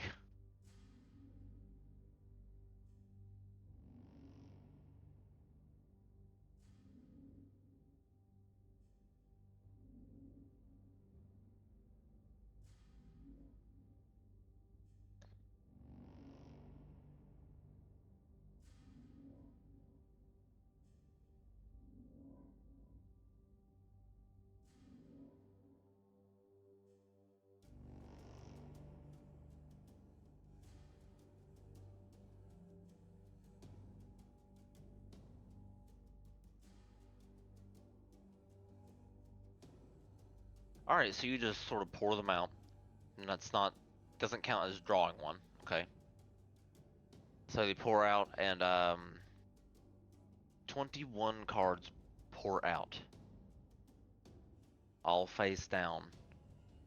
And then start glowing this golden energy and float off the table in front of you all. And Crown and Alcreus are taken back like, like, what the hell?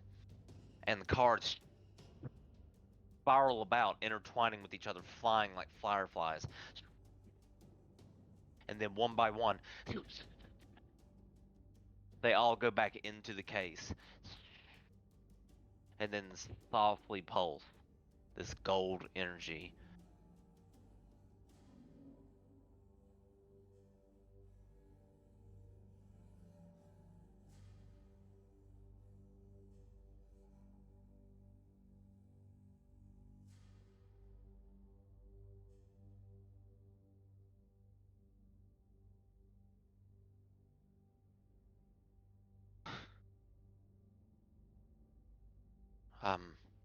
I think this is the deck.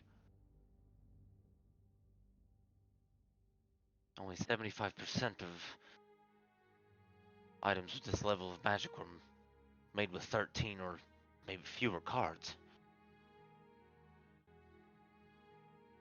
21 is above the average for sure. This is likely one of the 2 decks that were made in all of Xandria's known history. As we will take our break. Okay.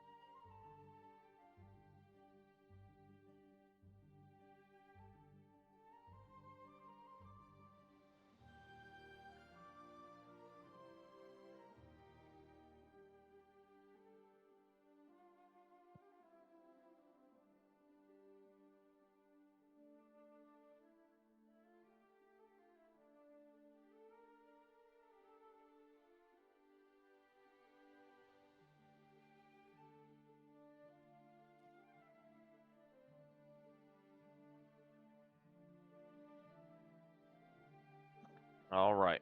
Ready? We all back? All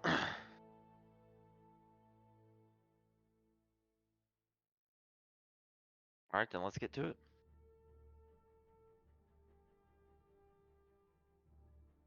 So,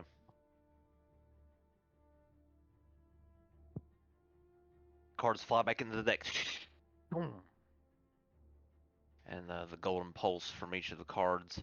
The onyx cards, each of the cards have this onyx symbol similar to the pouch's own symbol itself, which is revealed in gold, just pulsing with energy containing the cards within. So each card has that symbol you see, but with a black background. And the back of every card is like this gold dragon with a eerie dodecahedron in the middle. I wonder what that could be.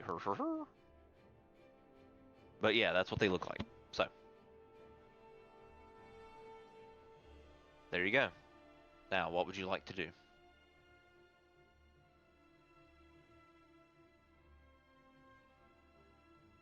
Anybody heard from Soren? I don't know what's going on with him. He was on.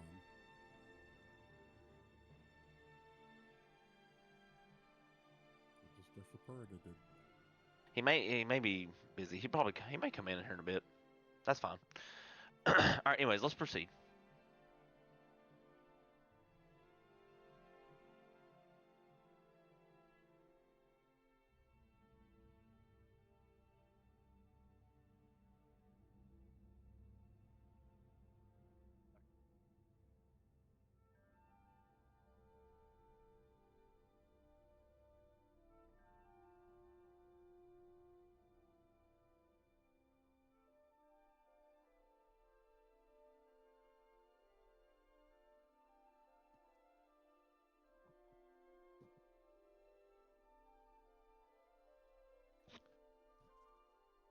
They look at each other and look back at you.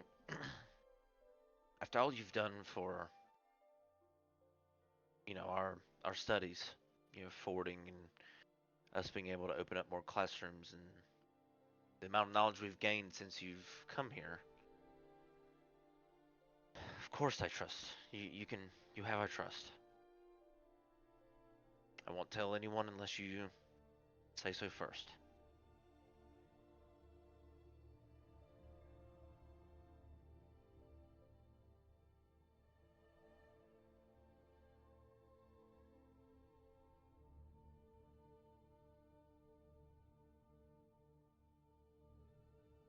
Okay?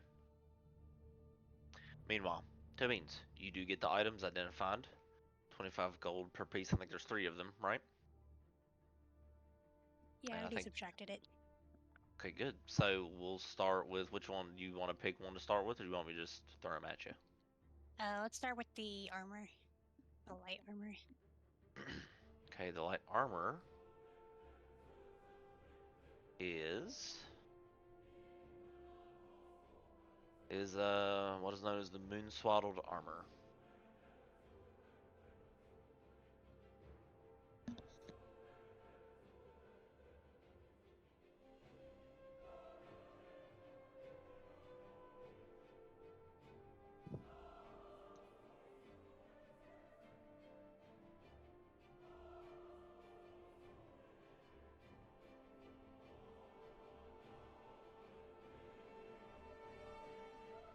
Okay, do you want to do any particular item next, or Can I find out how much it's worth? oh, you want to have it appraised? Oh, okay, you can do Yeah. that too if you want to while you're there. Yeah. So I believe that's a rare item. Mm-hmm. Okay,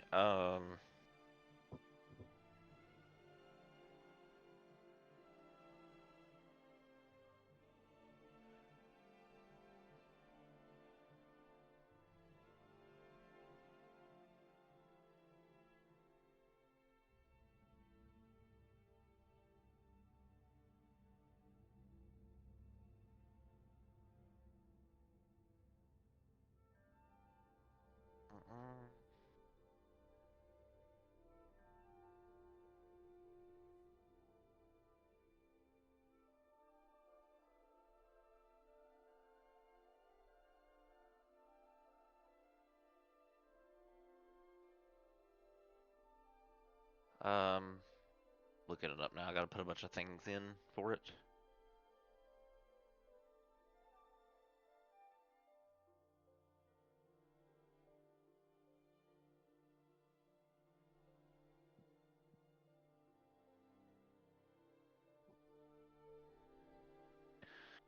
Okay.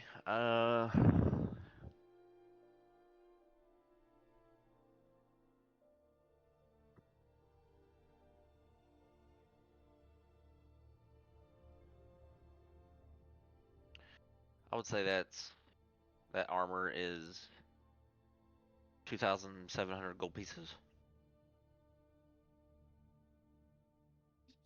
Did you say 2,000? Yeah. Wow, I gypped these people. Was not expecting that. It's only It's rare. helpful, like, at night, though. You know how many people that would be helpful to that aren't as powerful as you? Yeah, I'm aware it's nice for some people. I'll decide if I want to keep it or not later. And potentially this is like a centuries old magic item too.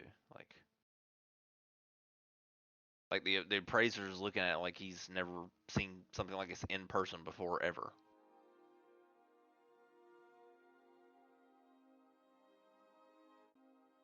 Okay. What do you want next? I guess the whip next. Okay. All right. So you get the cold snap identified.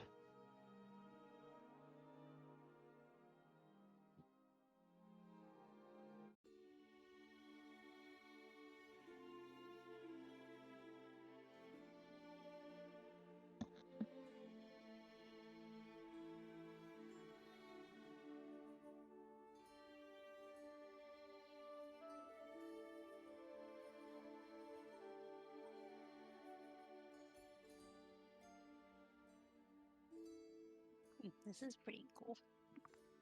It's a neat item, yeah. And I guess finally the glove, right? Yeah. Okay.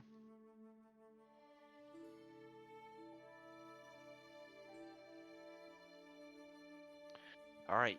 This glove is an odd technology, rather unknown, but is the glove of the ages, as its power is way older than the appraiser can remember. But it seems to be some sort of force magic that makes the shield appear.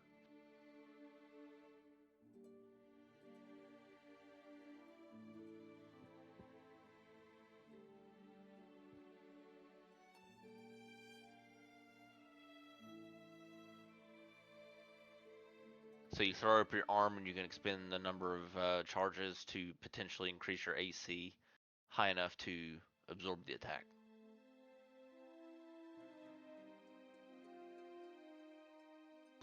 That's pretty cool. Alright, there you go. There's the items, Tubbings. What would you like to do with them? I'll hold on to them for now, and then or we can discuss amongst each other if we want. If anybody thinks they want them or whatever, and just go from there. Cool. Alright.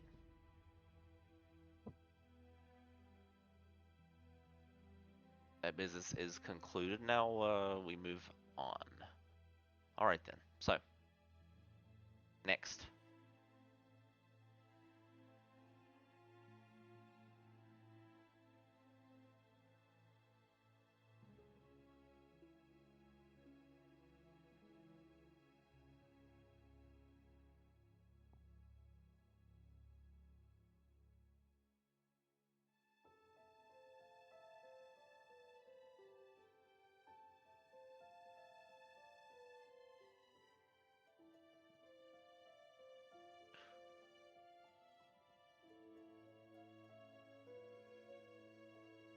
So, are you guys meeting up in a particular area or?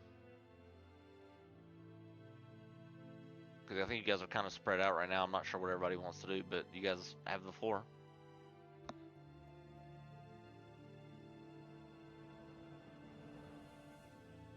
Well, I guess after I'm done with the magic shop person, I'll go back to the library because that's where I figure everyone else is going to be convening.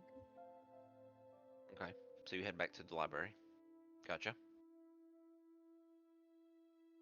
I mean, I was gonna say on the way back because Elsie's with Ree, right? I'd say so. I mean, sure, if you guys want to be. Yeah, I said I was going with her. Okay, because I was gonna have then Ree ask Elsie. It's like, I haven't forgotten that you got a letter from home and you haven't read it yet. Do you want me to read it for you and then tell you if it's good or bad? Because you seem very hesitant to read it. If it has news that's of a time sensitive nature, don't want to keep putting that off.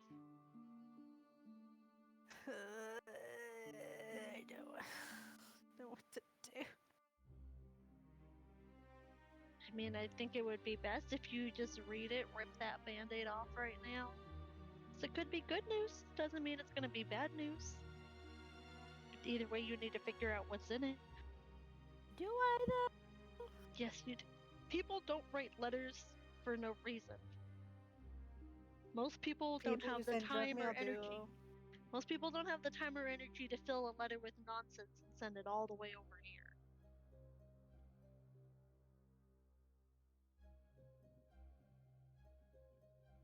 I mean, ultimately, it's up to you when you want to do it. I just think the longer you put it off, the longer it's going to build up in your brain as being bad news, and you're never going to open it when it could be good news.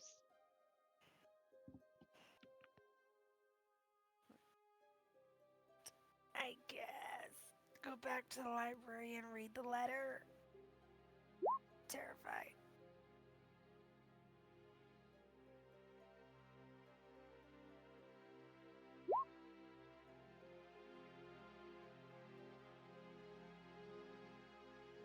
Oh, yeah, I guess we'll go back to the library because where it would probably be and read the letter.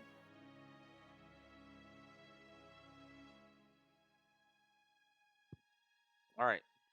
So you're reading the letter now, or are you going back to the library first? Oh no, I'll just. I don't know what I would have known it, but I'll read it first. And then depending on what's in it, maybe go get a drink. So this was the letter to your it was your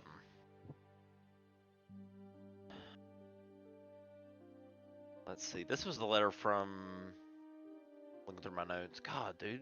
We've been through It's so been a much. while. We've been through we've been through so much in this campaign. All right. Okay, I yeah. definitely avoided it. So this is from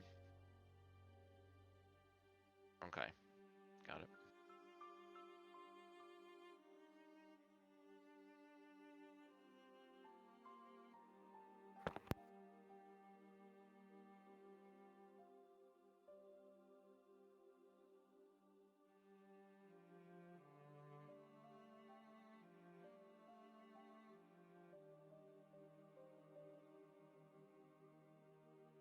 Okay, hang on.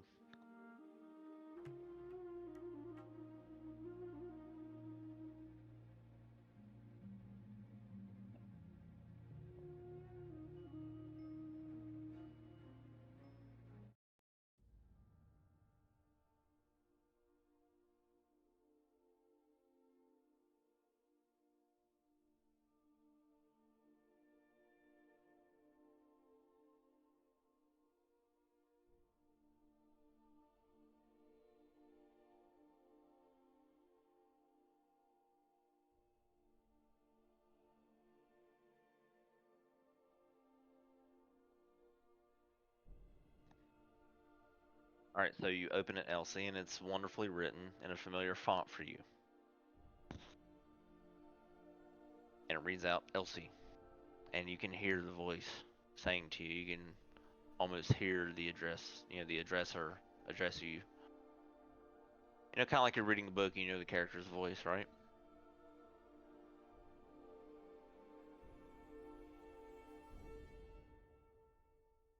It is very good to hear back from you. I was wondering if I had lost you the way I lost Sandrine, but alas, when I'd almost given up hope, here comes word of you. And I must say, at first I wasn't sure if this was real or not. You know, much has changed, and after you left, I'd lost a little bit of hope.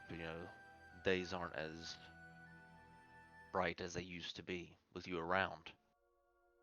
So I went out to legitimize the claims that you wrote about in your letter. And after hearing these things, Elsias, I've concluded that I am so proud of you and what you've accomplished.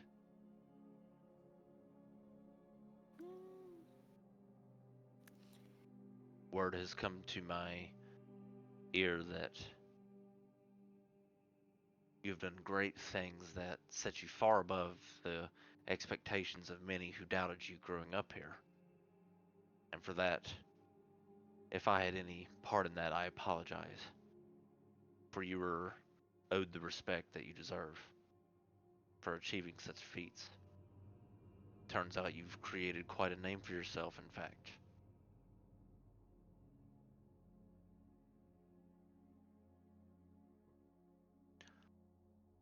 So to end it all, I'd love to see you someday. Hopefully sooner rather than later. I'm sure there are many stories that you would love to share me of your adventures.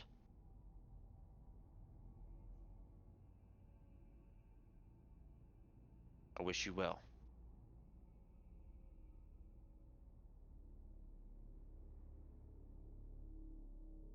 And then it's signed at the bottom.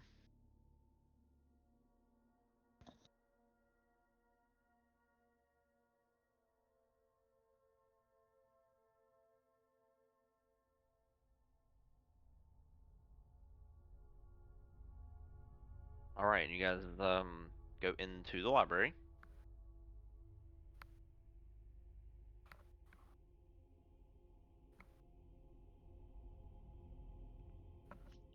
Ray was watching Elsie's face while she was reading it. It's like, so good news, bad news.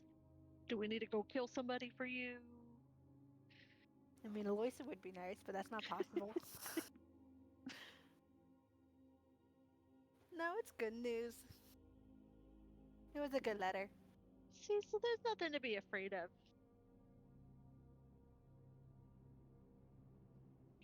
Take chances on other people like that more often. Don't put things off.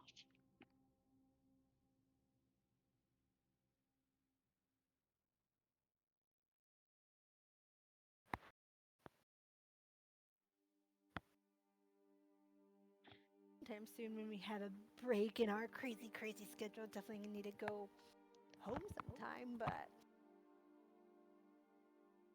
Yeah, sure we can manage that, but maybe you can go tell Elric what he said, because I'm sure he'd like news as well. Might be curious of what he had to say.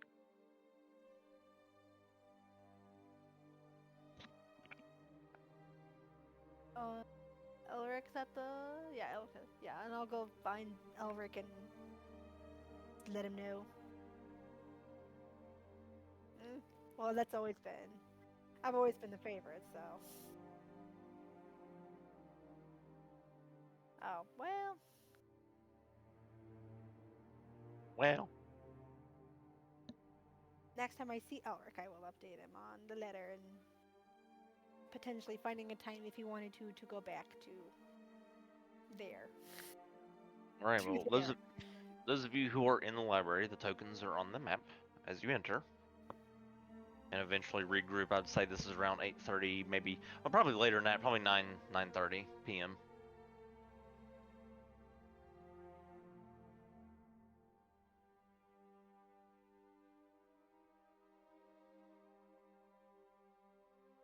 will be heading out to a bar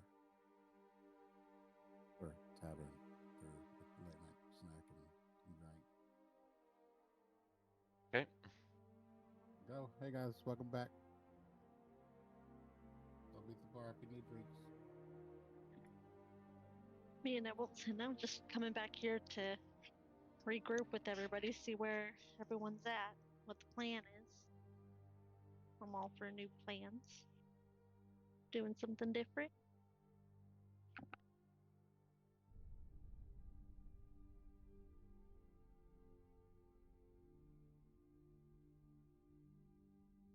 I'll just yell across the hall. It's like, Cretus, do you know where Elric went? I don't think they do. So they shrug. No, he left here some few moments ago. I mean, I'm not sure. He didn't say where he was going.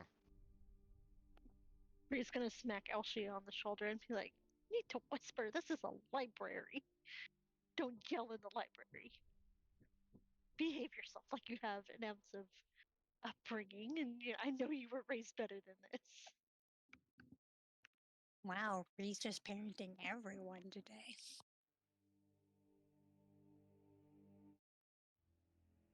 I mean, it seems like a lot of you guys had a lack of parenting, so it needs to come out every once in a while.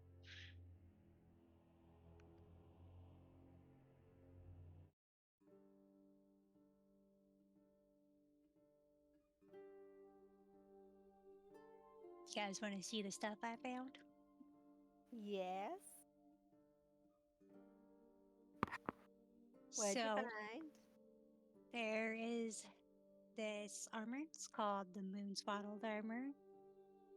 During the nighttime is the only time it's helpful, but it's pretty cool. You gain some extra armor. I'm trying to say this without being like meta, but you get Say what it a is. nice It's fine. bonus. I know. I'm sure you read it. I'll explain it. And then we have this whip. It's called the Cold Snap. It's got a snappy name.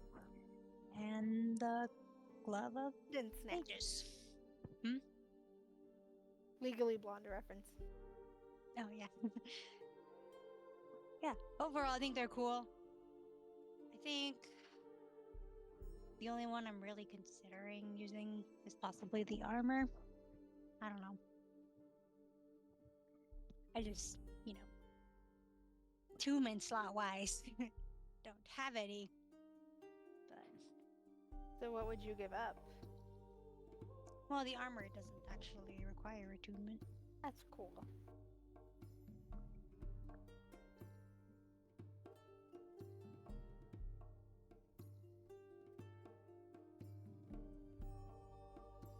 Is there anything that anyone wants or anything else that's...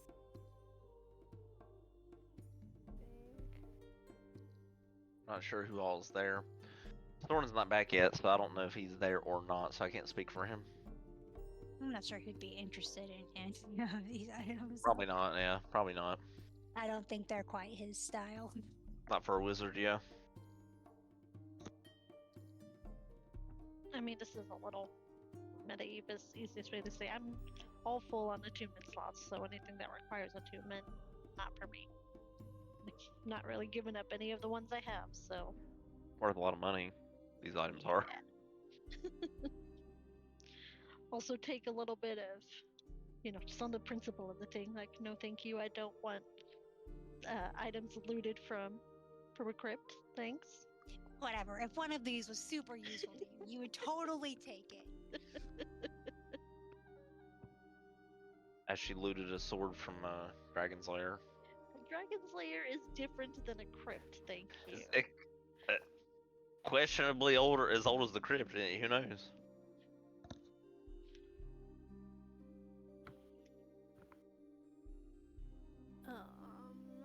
I think I just have the ring of... Well, not just. I have the jewel, ring of protection, and the dragon hide belt. So I'm just trying to think if there's... I mean, I think out of all of them, the glove is also probably a little more helpful than what the whip is, because I doubt the whip does very much damage. And like the It is... no movement thing would be cool, but I also have a butt that It's kind of like Ray of Would be Frost. a better, like, would be, I think is a better item than the whip is. Yeah, I mean, it would. Yeah, I mean, yeah, sure. At this level, those items wouldn't be a super massive buff at level 14, per se. Situationally, maybe, yeah, of course. Everything's Fun.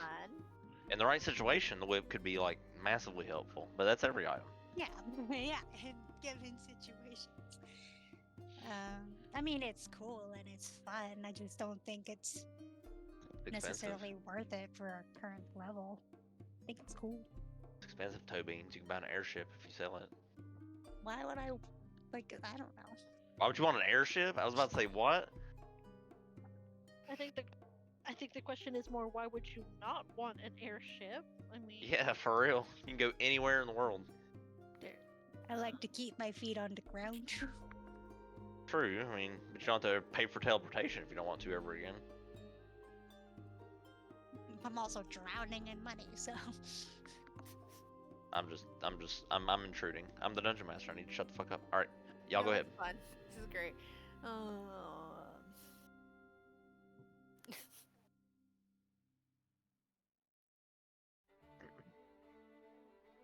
Dungeon master sadly scrolls through his airship maps.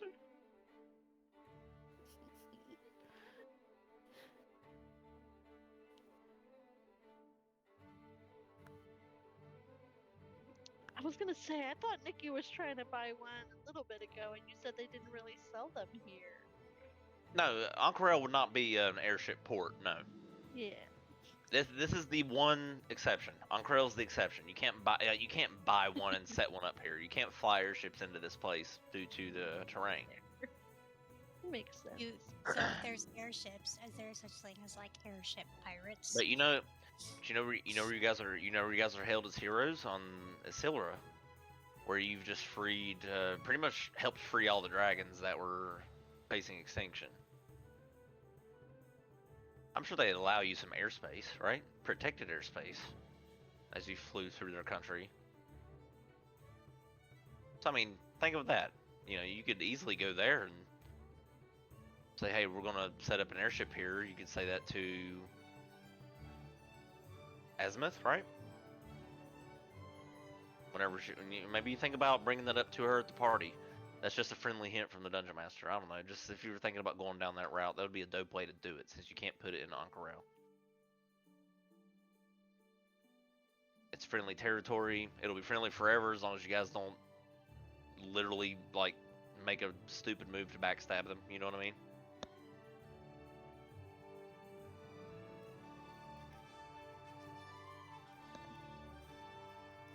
Nothing better than having dragon friends that can come to the air and help your ship from being attacked in case it is. I'd rather That'd just be an ride a awesome dragon. Right, of course. Right, but I mean that's far more dangerous. You understand? Than an But airship. probably a fun. lot more fun. Yeah, cool. Okay, Yeah. not as Tobin's, but just as a player. Right, of course. We all Tobin's want to probably be. would maybe not enjoy that as much. Or I don't know. Actually, I mean, Pounce I is mean, described. Pound still owes me a ride. Pounce is described as exhilarating. So yeah, she loves riding her dragon around.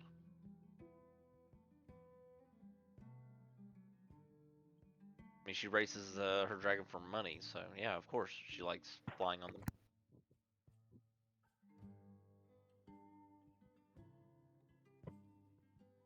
Anyways, I'm intruding a lot. So you guys meet up at the library.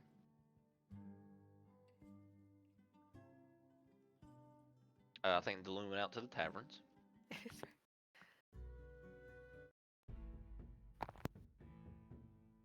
All right. Elric going out for a walk. He's just sort of getting some air. All right, cool. Cool deal. You guys find yourselves in the library.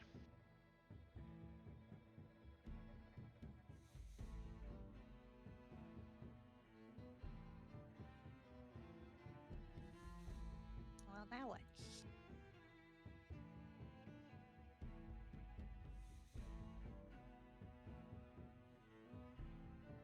Wait, so how long do we have until Azimuth's dragon party? Should we start heading over there? or I guess we could just teleport there, but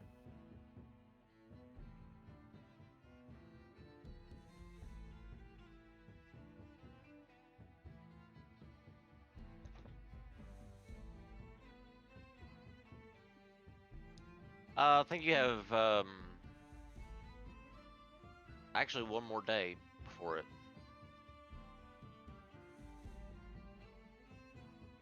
do we want to play a game until you can find Elric the fastest?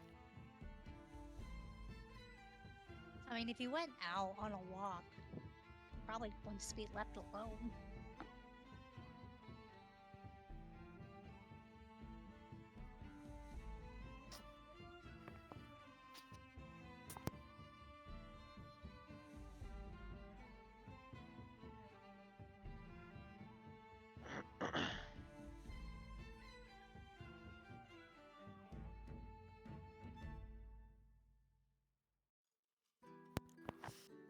Sorry, we're just making a bunch of old people mean jokes to Nick, and he's not appreciating it. Got distracted.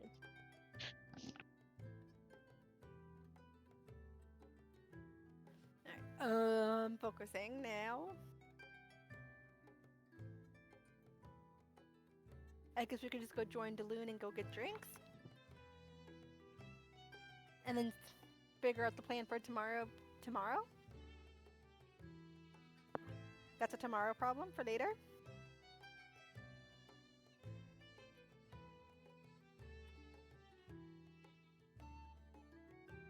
I guess so, because nobody's here. Tell us what you really think about us, toe beans. Like I said, nobody's here.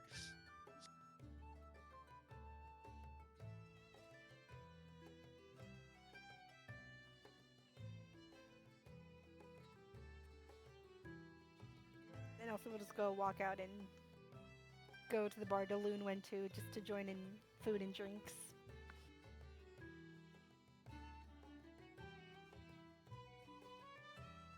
Yeah, you could do that. Yeah.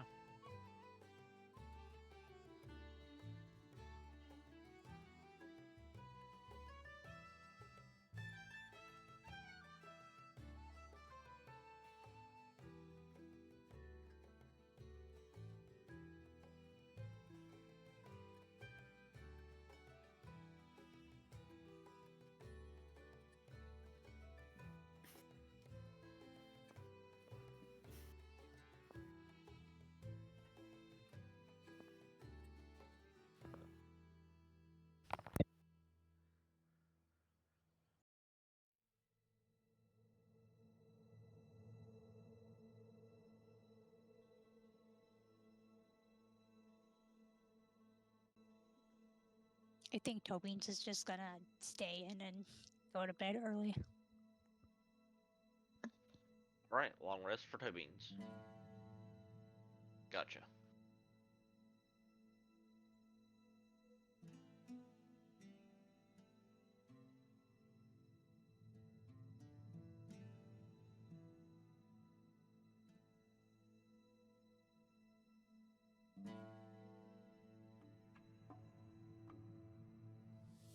Ree, what are you doing? Ree says she's gonna go to the bar with us. Or me, Very I well. guess. Very well. Very well. Very well. Very well. To have a fun, chill night.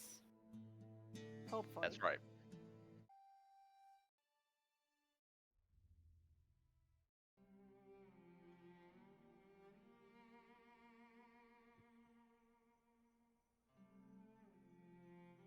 Yeah, probably after.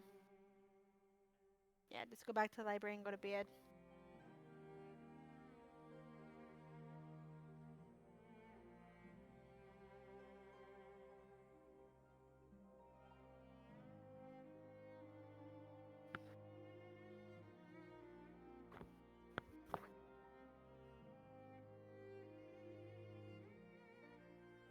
Okay. So you guys, I guess all of you long rest. Yeah. Yes, I think so. Daloon, you go out for the night. You go out to the taverns and so forth. Unless you do anything else. not much of an eventful night. It's actually kind of peaceful throughout the city. Hell yeah.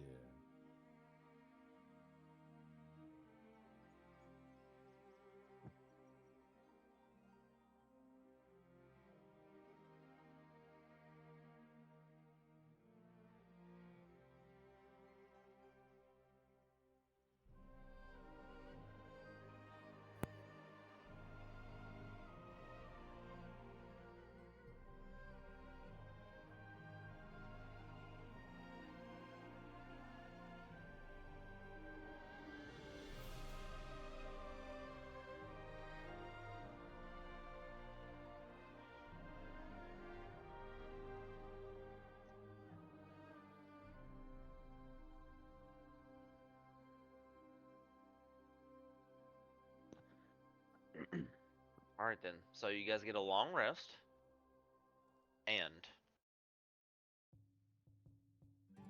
the morning of, yep, you all get half your hit dice back and all that. Okay, half your maximum hit dice back if any was spent in a short rest, all that shit. You get back in a long rest, you get back. You find yourselves, I guess, out in Ankarel. There you go.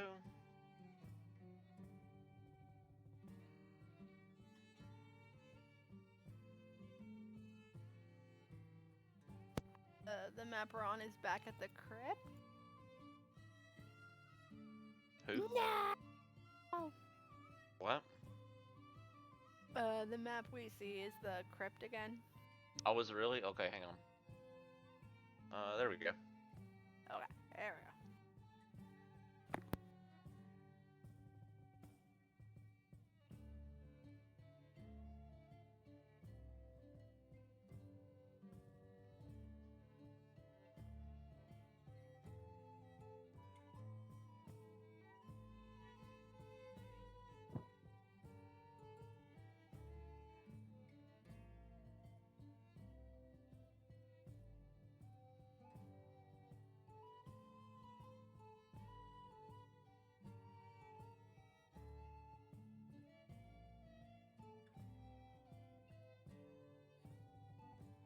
All right, so you guys are back on Ankarel. So what do you want to do? I'm sorry, Albert. Go ahead.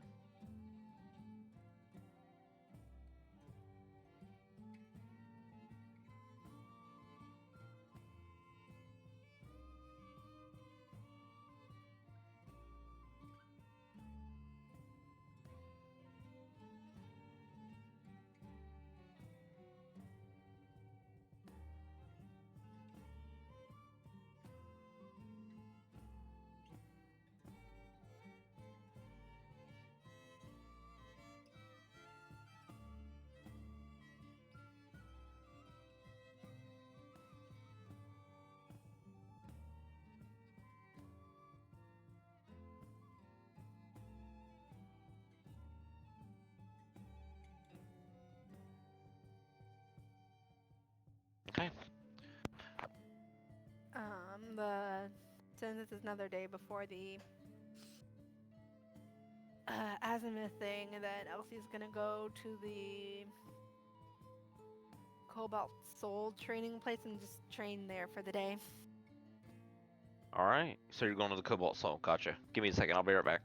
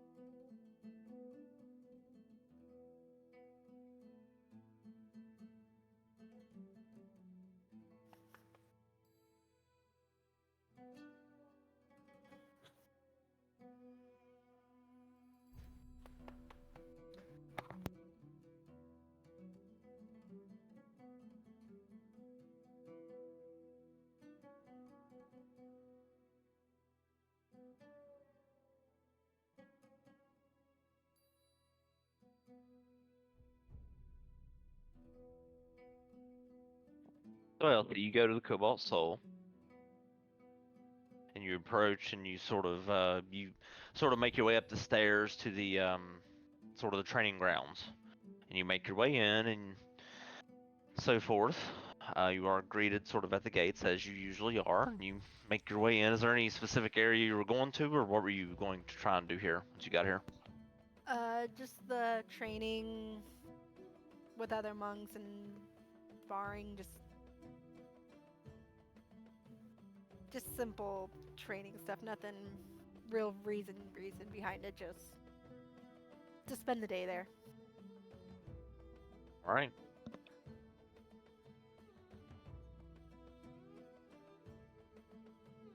You go to the training grounds, and you see that it's everybody's sort of in a state of panic as they encircle sort of the center of the training ground area where the center pillar is, the balance pillar. And there's a lot of commotion going on as you enter the Cobalt Soul training grounds. A lot of worried monks, sort of scattering about and moving around and gathering armaments. Elsie, what do you wish to do? As everyone seems to be in a panic. Just gonna sort of grab the closest one and like stop them and be like, "What's going on?" The Lich King nearly killed Beauregard. And then and then after he tells you, he runs off to go to the armory.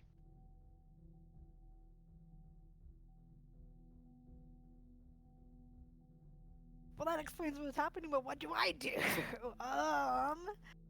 Going to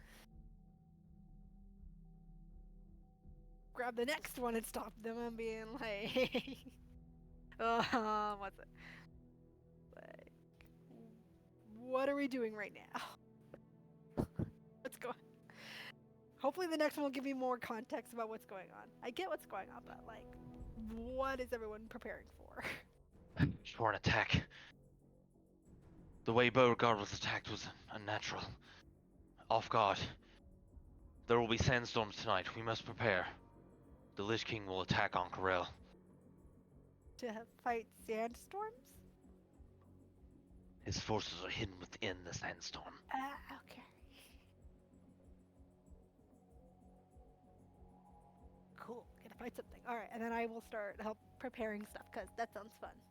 In a bad All way, right. but like that's just like ooh, action, yay. All right. As they're telling you this, you see sort of breaks in the crowd that are crowding in the middle, and you get glimpses of someone laying on the ground that fits the description of Beauregard, heavily beaten and bleeding.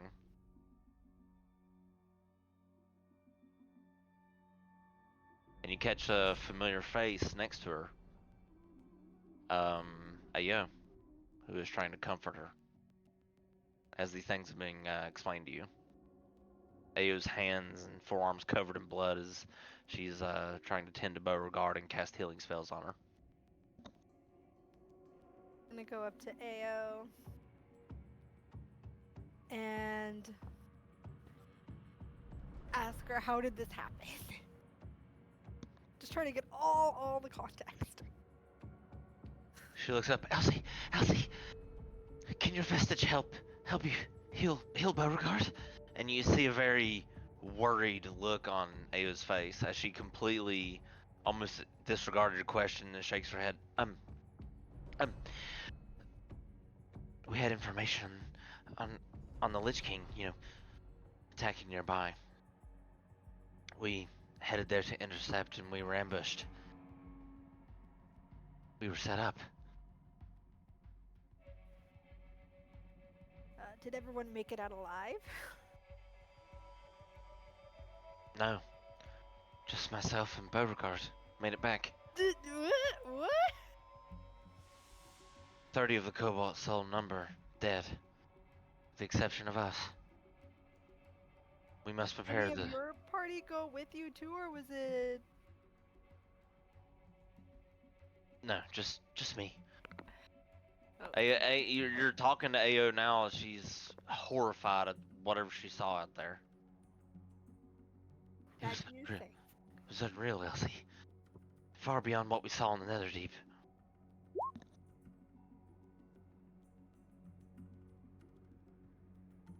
Um, then I'm going to give a greater potion of healing to Beauregard and I guess feed it to her. Hey, before you do that, you're waved off by AO. Don't try it. Whatever he's done to her, she's not healing from. And you see there's been clerics trying to heal her and nothing's working.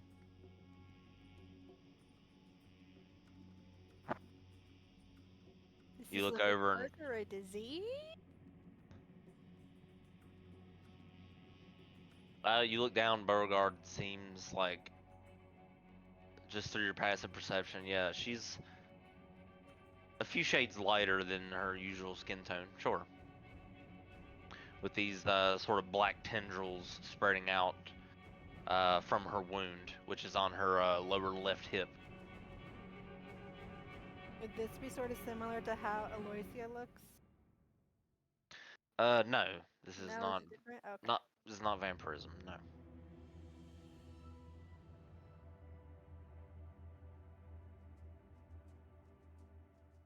However, when you bring this up now, you hear you recall having a conversation with Aloysia about the healing properties of blood such as her own. Healing properties of Aloysia's blood?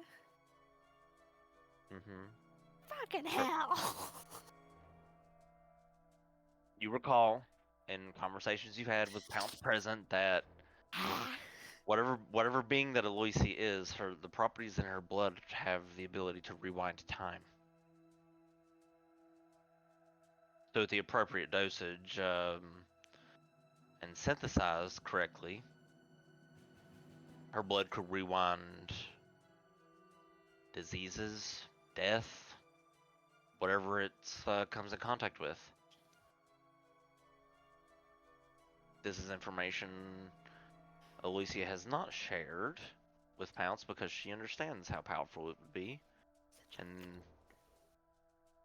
that is something Pounce has openly shared with you guys on her studies.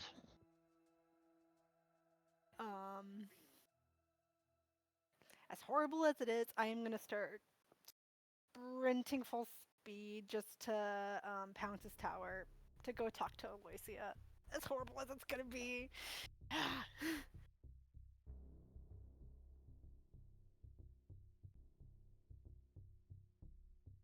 So you're I'm going gonna to be the like, I'll tower? be right. I have an idea of what could work, and we'll start running towards Pounce's tower.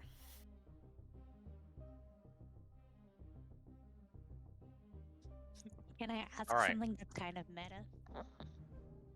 Sure, why not? Is this like kind of what happened to Trude? What do you mean? Explain. Like how Trude died. Like I don't think healing worked on Trude when you were trying to save her. There Isn't that the is thing? I there like is it a took me a there while to remember her there name. are things in existence that you can be damaged from, that the healing properties of divination, alchemy, and magic aren't able to heal. There are things in the world like that do exist, and conditions, diseases, so forth. So it's not unusual for healing magic to not work. It's just it's uncommon to see it happening, and it's troubling to see it happening because you're diving into the realm of whatever the advanced science is. And in the case of Exandria, well, where you are right now, you have no idea if this will even help, but the running theory with Pounce is Aloysia could potentially help us synthesize something out of her blood, but we can't. She's been unable to convince her to do so. Cool. It just reminded me of when that happened, so thank you. No, that's fine. Oh yeah, she died of something else that's, I guess, you can't heal with magic, traditional magic. So she ended up dying from it. So yeah, there are things like that that can happen to you in the world.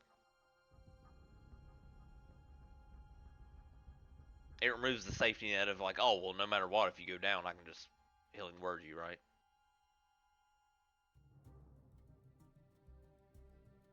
Anyways, so Elsie takes off to the tower. What are the rest of you doing? I mean, this is something only Elsie knows, so the rest of you have no clue that like any of this is going down. Is Unless she Gherkin finds a way around? to tell you. I would say that Gergen. Honestly, Gergen would have went with Daloon and drank with him. Honestly, if you want me to be completely straight with you. Well, I Tobians, mean, did it's you like want to? I the was gonna next So say. I day, isn't mean, it? he would be awake and around. Yeah, sure. I was Oh, gonna I say, was just, Tobians, did you want to go like outfit shopping for the dragon party? I don't know what kind of event it is. I do have nice attire. Did we receive an invitation with what the attire was supposed to be? You recall Gergen saying that it was being hosted at his tribe. So, probably not black tie. His tribe is very close with Azimuth. They've been working very hard to secure the freedom of Isilra for all the dragon kind that still remain. I feel like that doesn't help. Well, I mean, I mean, you see how Gergen's dressed. He's like the tribal chief. It's not going to be formal. I'll put it that way. I mean, I guess I could buy just a. You're not going to, casual- you're not going to a ballroom. Trust me. It's going to be Yeah. open. I wasn't planning on wearing my nice clothes. I figured it probably wasn't that kind of event. No, yeah, it's going to be outdoors style. Very, outdoorsy amongst the dragons and a tribe of barbarians. So yeah, So, I like mean, what a do you think? barbecue or a garden party? Something more like a barbecue, yeah, much more like a barbecue setting, for sure. Yeah, so pretty casual. Casual, yeah, very casual. If you show up casual, trust me, they don't care. They're there to hail you as heroes, as you know. Yeah, I mean, I wasn't planning on buying, but if you want to go clothes shopping, we can go clothes shopping. That would be fun. I don't know. I was just trying to think of something that wouldn't take up too much time, of something that we could do. Oh, well, I was gonna offer the glove of aegis to Gergen. Seems like something he could use well. Of ages. Yeah. That's true. Yeah, that's true. He doesn't. He only has the axe attuned, the frost axe. So yeah, frost great axe. That's true. That's a good point. Yeah, actually, do really good on a tank. So if that's what you want to do. Also, Yeah. he has an ice sword. He can use an ice whip. I think that would be less helpful. Weapon is a weapon. to him. Does he look like the whipping type to you? Why are you judging him and his habits? Maybe he has a lifetime. I did Preferences that ask you you, don't know but about. I don't. So Gergen looks down at Tobine's. Are you just giving me this? A glove? Yeah, why not? Interesting. It Could come isn't quite bad. in handy. No, he seems No happy pun about it. intended. No, he seems happy. He's smiling. This could come quite in handy, and it resizes to fit his hand, his massive hand. And he fits it on the glove of the aegis, and boom! These force magic lights light up around the knuckles and fingertips, and then sort of fade out. Very nice. He looks down at it.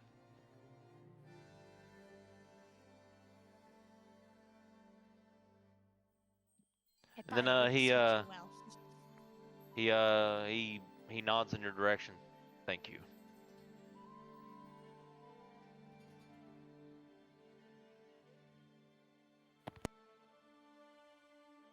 All right. So, what's next? Other than Elsie running to the tower. So you guys are dress shopping or no? Well, that's up to Reese.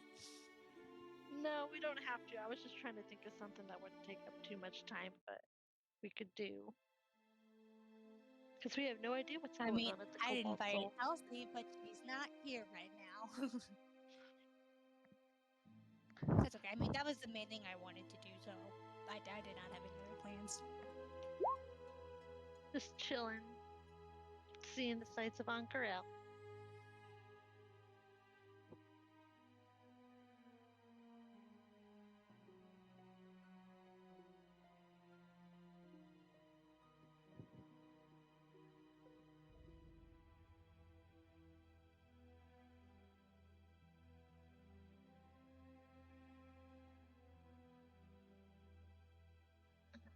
All right. So,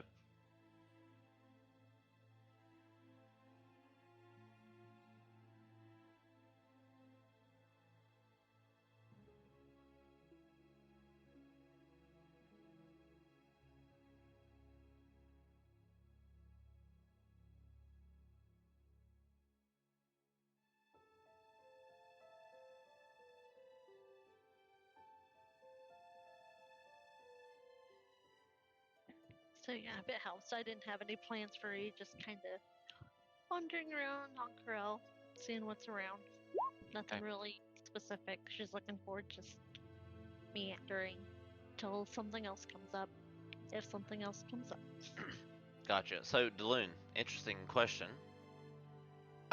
There is a lot of places like that. There's a lot of different places to eat throughout Ank'Harel. You find something that's similar to a Taste of Taldore, since it's on a different continent, right? Imported food for 5 gold a plate.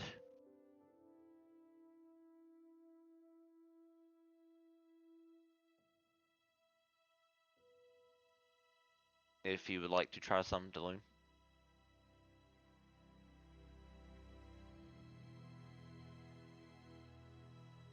I'd love to. Okay. So you get this very delicious plate of like this, sort of like a chicken broccoli Alfredo sort of style pasta. Sort of chili spices on it, a little Cajun. As you sort of look at it, smells divine. And you begin to eat it, and it tastes way better than a lot of the food that you've tasted so far in your adventures. Roll roll 1d12, please.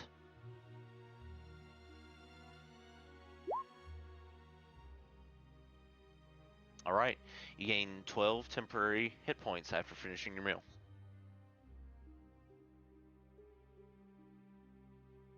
Does the stall offer to-go boxes? Because I want to take some for the rest of the group.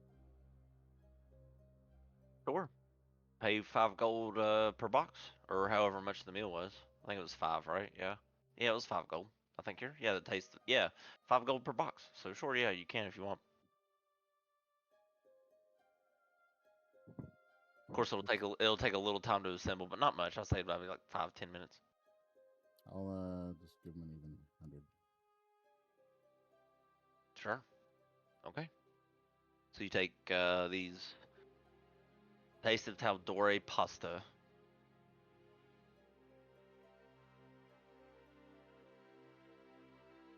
All right, cool.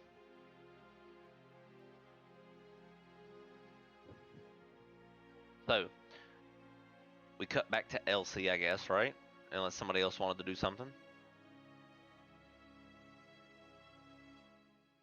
Unless you guys all wanted to group up, we can go back to Elsie and see what happens here.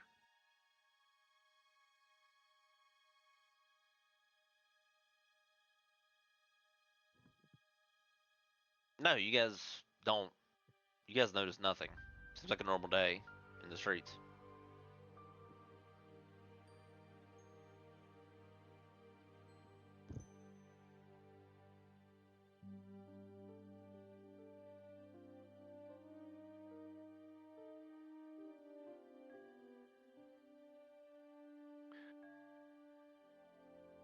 All right, so you guys are doing your own things, and we'll cut back to Elsie. So Elsie, you're making your way to the tower, Yep. and you run up to the steps and sort of. It's still early in the day, right? So it's still, I'd say, about 9 a.m. by the time you go down there, like, oh, fuck. It's very early. You're running. And you're fast as shit, Elsie. So you're running through people. You're running through town like freaking Prince of Persia style, just parkouring through everything. And you get to Pounce's tower, get to a stop. You run in just as open door begins, and you pass some of the students and shut the door behind you. I guess, right or no? No, just going through. Not really shutting it, just going straight through. All right, so you run through into the tower, and you see Pounce sort of just. She's not in the area actually. I'm sorry. Hang on. No, yeah, she's not in the immediate lobby area when you walk into the tower. She gave us all just access to Aloysia's cell, so I can just go straight to Aloysia, right? If I'm remembering right. She said we could just go in Sure. anytime, or Sure. I mean, you know where it's at, and as far as you know, she hasn't revoked your right to right. do so.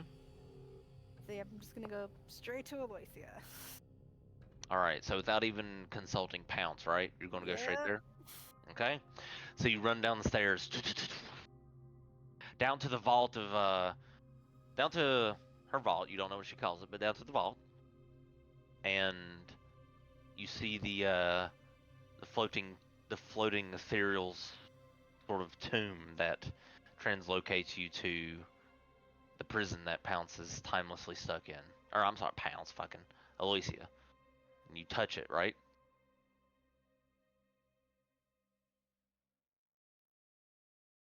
You touch it and go through. Yep. Okay. Yep. Just going as fast as I can too.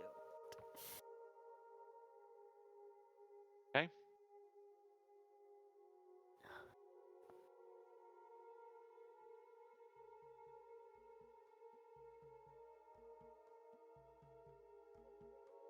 All right. So let me get a few things straight here. Okay.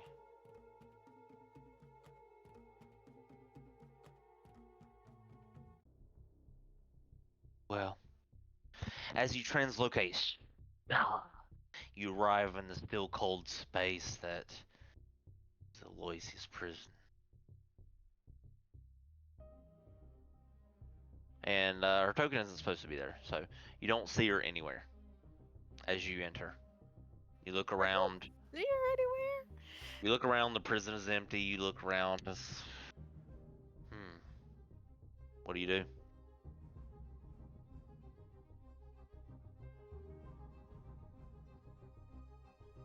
Yeah, and I don't see her anywhere here at all. Perception check as you look around.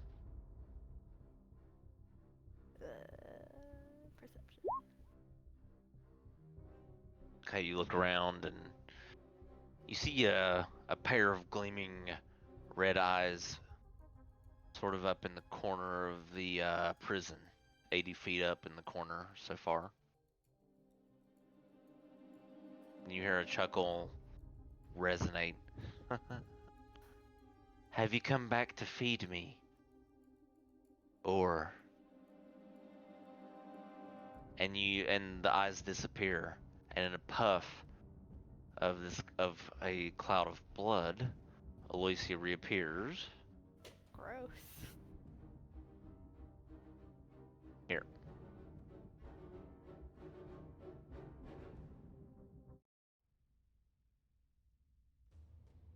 Alright, and just gonna go up to her. Right there. And be like, no games, no bullshit. Is it true your blood can heal by going back in time and all that? By reversing things.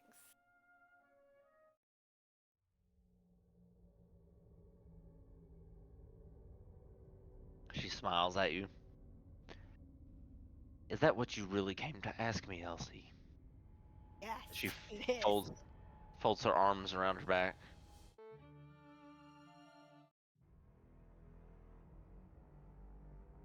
Friend in danger who could use that. A friend It is what I in really came. danger. A friend in danger. Who is this friend in danger? And she sits down on the steps right here on the pedestal.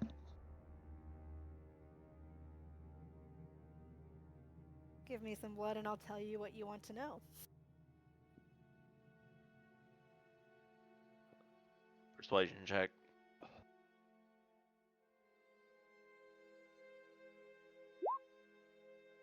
Can I use my inspiration? Go for it.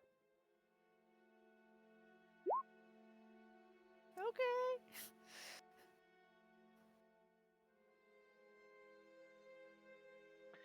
What is it you need my blood for exactly? What do you think you can do with it that benefits you?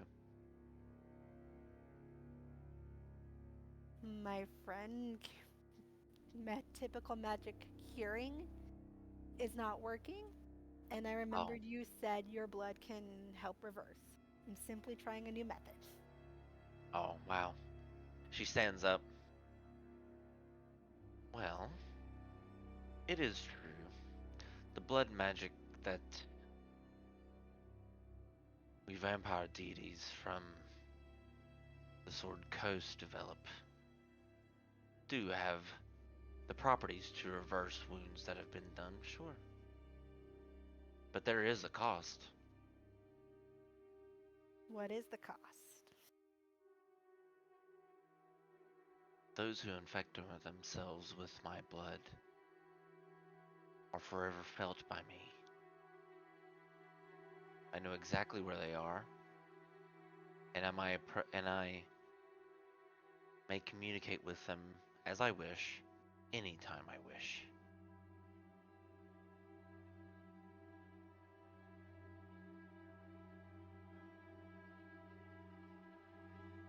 Are they enslaved by me? That is going to be your next question, I assume. Aloysia says. She looks over. No. But I will forever know where they are. And everything they are near. No matter what realm they skip to.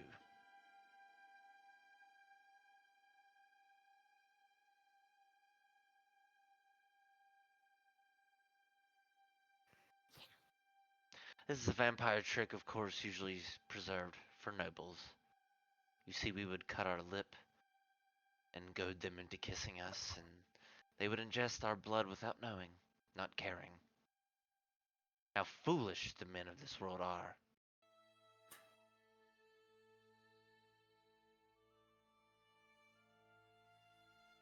But you needed to save a friend. Are you willing to tell her you've infected her with my blood and condemned her to the rest of her mortal years or immortal years? With my memories and my presence. And there's no way around that? That is just... You asked me for my blood, I'm telling you what it does. It will reverse any wounds created, but you're going to have to synthesize it. That much you're going to need Pounce's help with, because she knows the formula, she just needs my blood. No one's been able to convince me of it. Turns out, it's been quite the bargaining chip. What are you going to do for me, Elsie?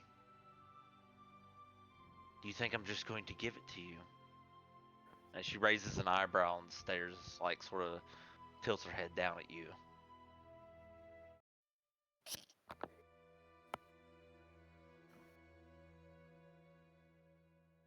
Well, as charming as having you in anyone's head as sounds, I don't think Beauregard would pay that price or want that, so never mind. I'm just gonna translocate out. I'll see you the next time you come crying for my help. You hear as you, just before you touch it. And you're back in the tower. Then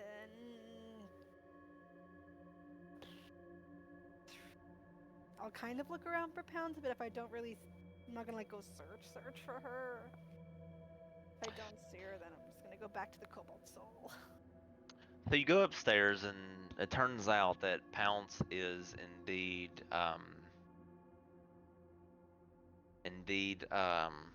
equipped in her dragon riding armor.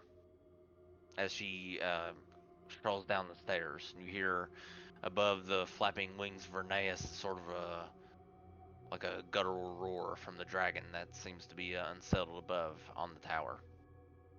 So yeah, you see Pounce making her way down the steps as she notices you. Elsie, it's very early. You should probably stay inside. There's gonna be some storms tonight. Yeah, I heard about the storms, and I'm probably not going to be staying in. Never one for smart decisions. Speaking of not smart decisions, actually, I just went and talked to Aloysia. Well, I mean, I talked to her quite a bit, and no harm has come to me. So, is that a harmful decision? Well, every As time you I as see her, I you want to punch her in the face. So, as you see Pounce go over to the desk where she keeps that lamp, and she actually puts the lamp in her pack.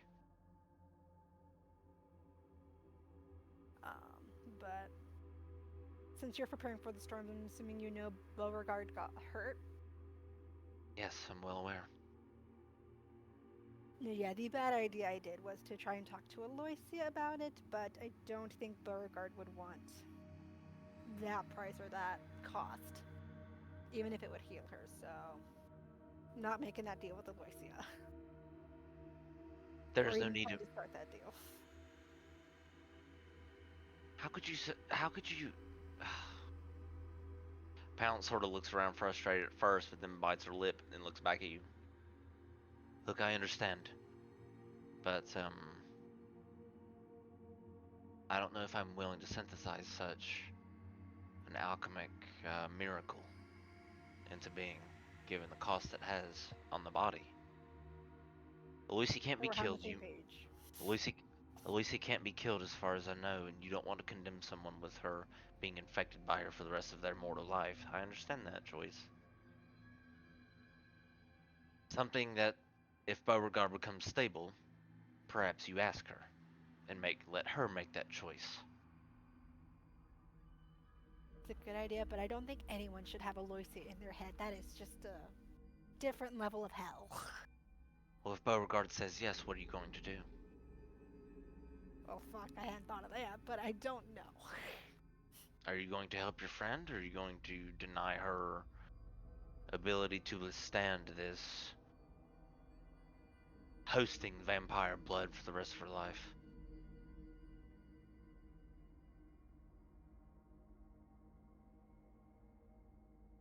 I will make the decision when it comes to it. If it comes to that.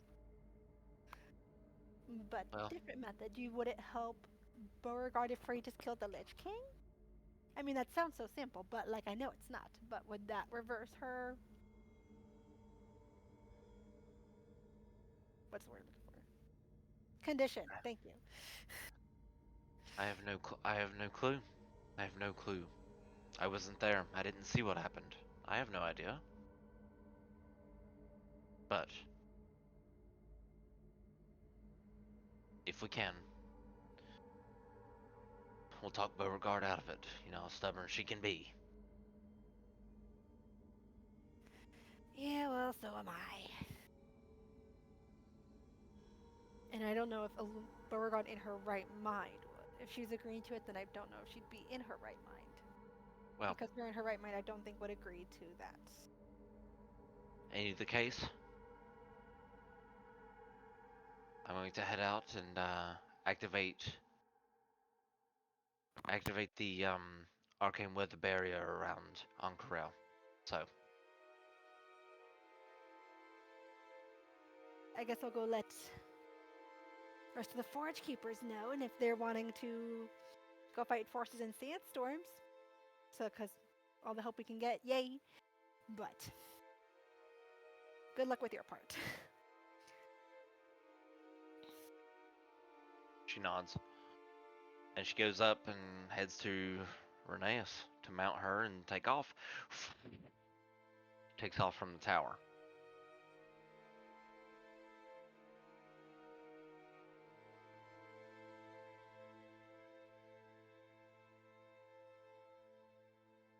Alright, guess I'll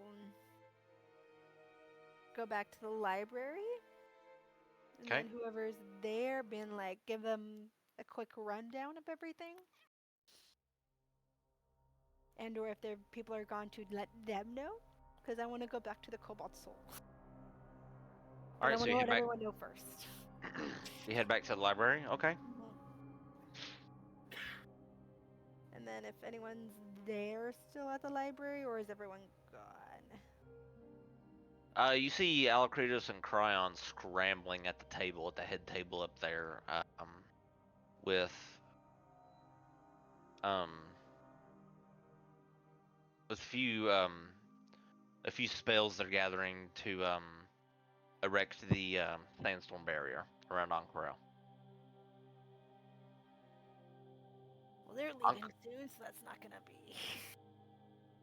Ankarel famously has a immense arcane barrier that can be erected in times of emergency to protect it from damage, and this is fitting the bill. So you see them, you see the officials in the city that are rushing, but it's just now you see the citizens that are being made aware as you go through this, as you go through the streets. The citizens are being made aware of the situation, and so the a lot of the panic is setting in. Just keep that in mind. Since they're busy doing their things, I'm just gonna go through town looking for anyone in the party. Okay, so Whoever it's I up come to across first, I don't know who. I don't know where everyone's at, truthfully.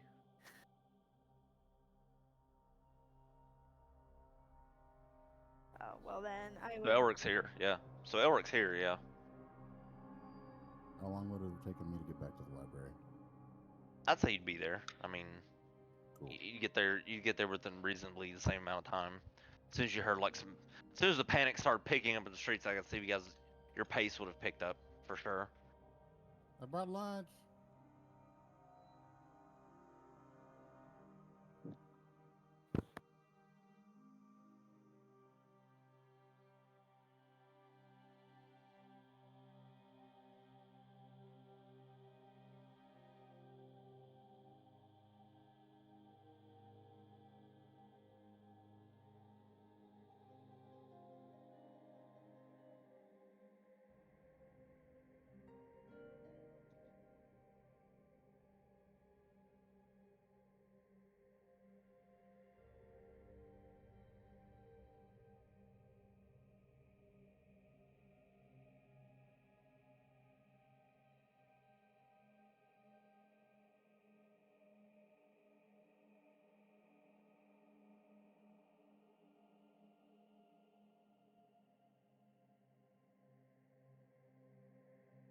Okay.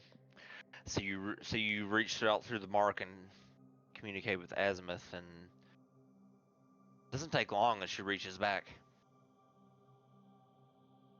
What is happening, Elric? I can hear you very clearly. So you're saying there's a storm approaching Ankarel. That's not heard of. The place is very defensible. It doesn't seem likely that there would be an attack. Azimuth says in reply.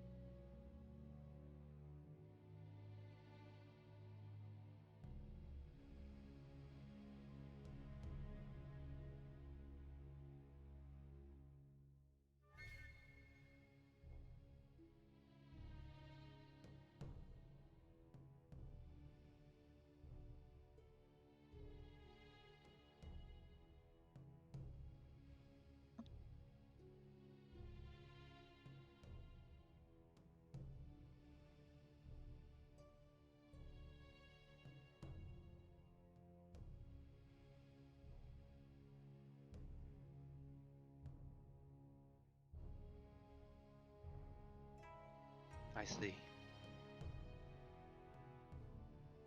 And far be it to let our newly crowned dragon knights fall short of their ceremony.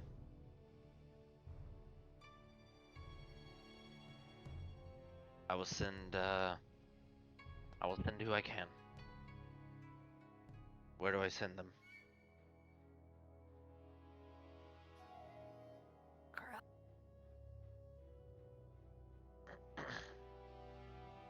I'll tell them to look for the storm from above.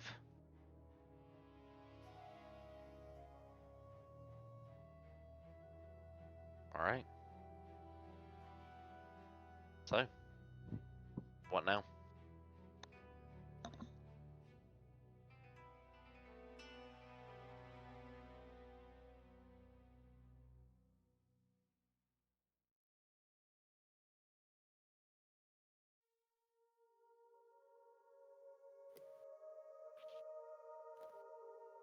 Does that mean the party's canceled?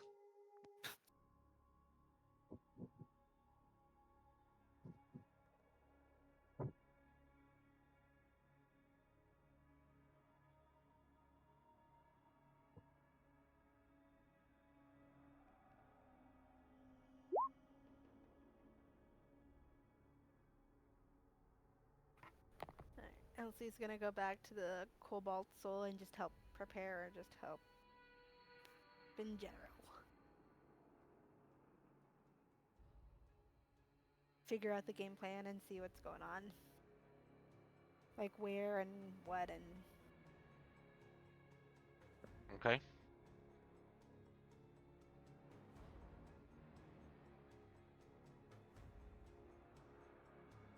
Around this time, you see, as you're heading back to the Cobalt Soul, you see these crackling. You see around Oncorel these towers, almost like spires, raise up around the city, and this arcane barrier shimmers and sort of dome-like covers Oncorel slowly in the sky as you make your way to the Cobalt Soul.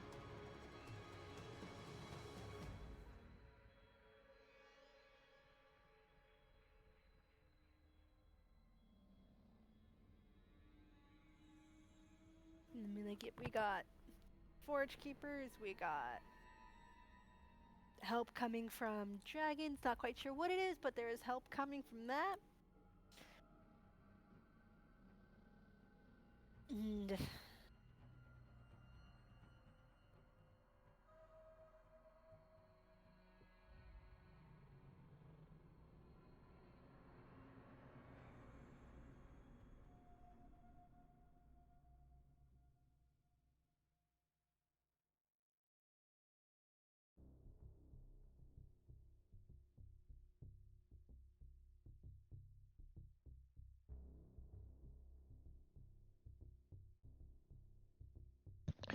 They look over. They've been alerted already. Trust me, they knew before we did, I'm sure. They have to authorize the erection of the barrier, after all. Erection, lol.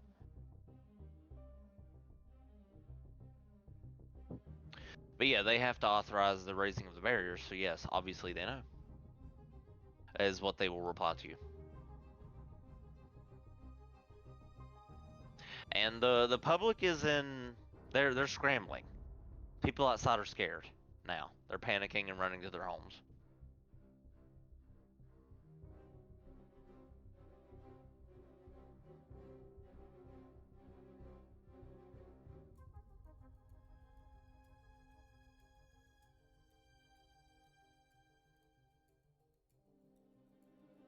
Yes, you look around and you can easily see that the Oncorel guard that have been commissioned there are running about, making their way to the walls.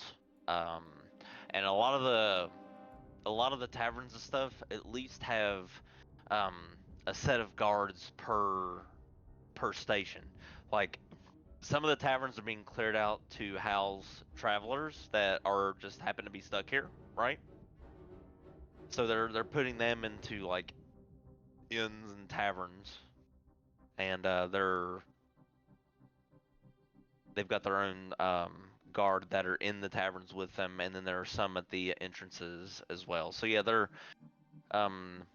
it's a heavily protected place, a very practiced response you're seeing from the military in Ankara.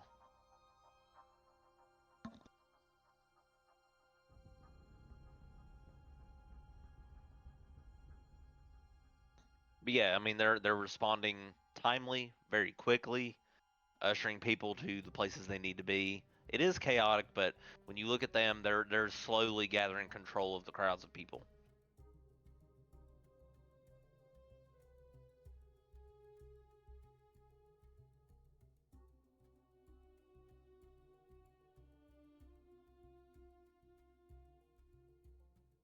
All right.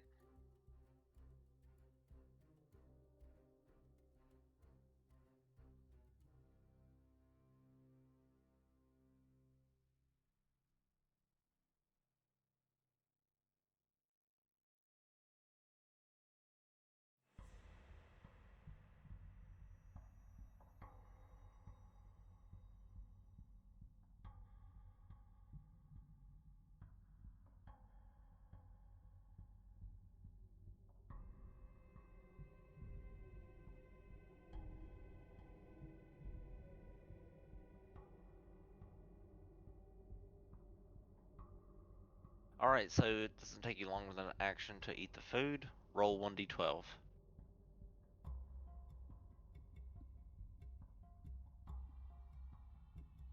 All right, you gain 4 temp HP for 24 hours.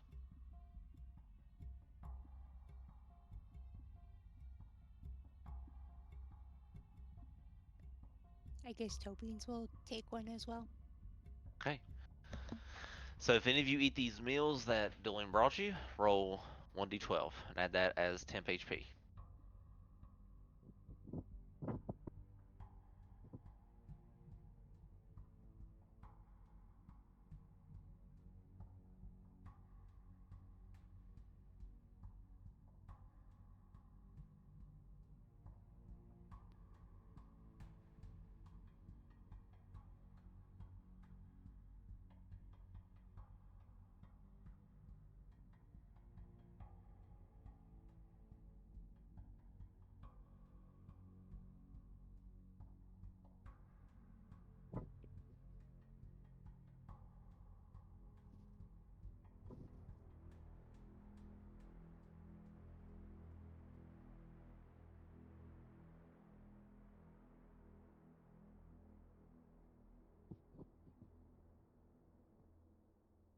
Okay. Cool deal. So what's next?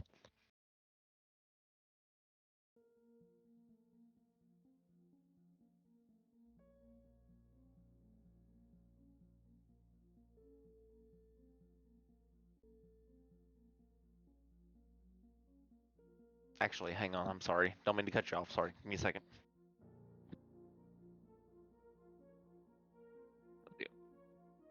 Got through doing real quick.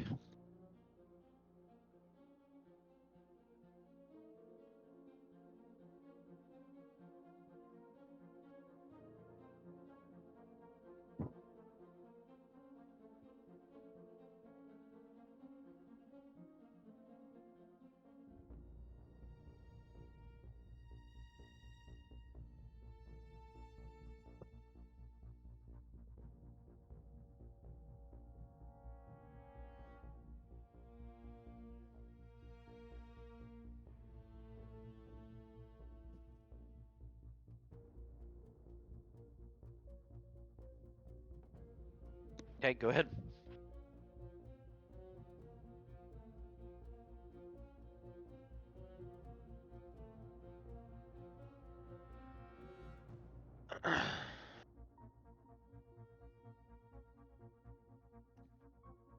Sure, so you get up there, make a perception check. As you climb up to the roof of the library, sort of easily, not too hard to get up there. You look around and so far you don't see a whole lot besides the coalescing of the storm Off in the horizon, past the wall, it seems to be kicking up all around the city.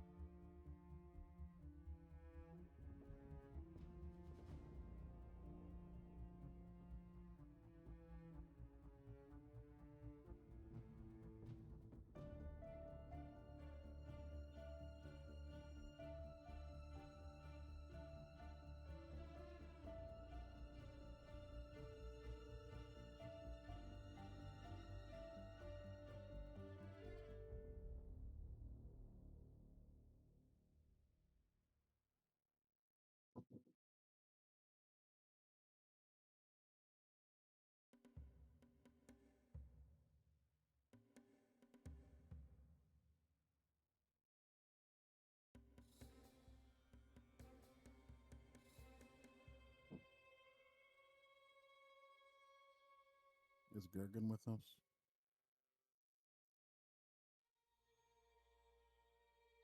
Oh yeah, he's there.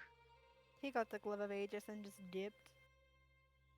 No, he put the glove of Aegis on, and he ate the meal that you gave him to him. Thank you for it. Cool. Sweet. Yeah, for sure. Um, He's there. No, yeah, he's there. Just want everybody to have a little buff. Everybody's there now. Now that the shield's up. do we think they'll attack at the weakest point of the city? Or have their strongest be at the strongest part of the city? Where do we think they'll Or- put their strongest? I was gonna say, force? how would we even know where the fighting is gonna be happening the worst? I mean, it's not trying to. We could have Pounce do aerial sort of command center of Yeah. on her dragon. I She wasn't can trying to group discount. chat with Tobeans and have her do aerial reconnaissance and just keep everyone updated. Again, not trying to discount Elric's suggestion. It's a good suggestion, but it'd be kind of hard to pinpoint exactly where it's going to happen if it's coming around from all sides. I would say vote on, not vote, but try to figure out an area where it has the least amount of protection, or, most casualties most likely to happen. Because, their soldiers can't be everywhere all at once, so we can help fill in some of the gaps that they have in their system. Can we tell which way the sandstorm's coming from? I'm assuming we can, based off like wind and weather. It's What a the magic sandstorm. What the frick? Yeah, it's. Okay, apparently I missed that part. Are you even listening, Anna? You've missed a lot. Apparently not. I was kind of starting to cook dinner because I'm hungry. And Droz appears on the roof next to Elric. It's everywhere. And you look over at him on his hill. He has 3 brand new swords forged.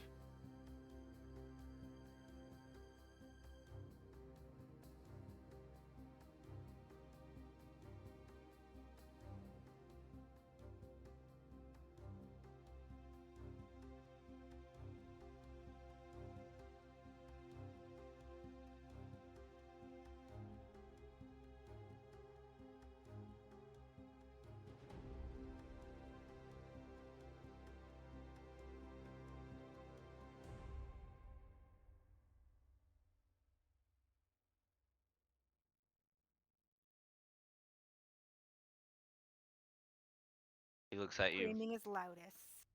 He looks at you. Our kind always know how. And he takes a deep breath in with his senses. If you focus, the most dangerous enemy will be revealed to you.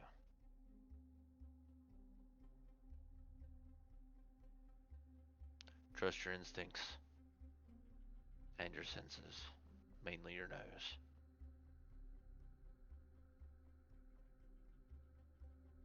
If you can smell the infernal, go there. We are their wardens, and they don't belong here. Rose will sort of motion out to the sandstorm and whatever lies beyond. If any of them are among his forces, we send them back. That is what wardens do.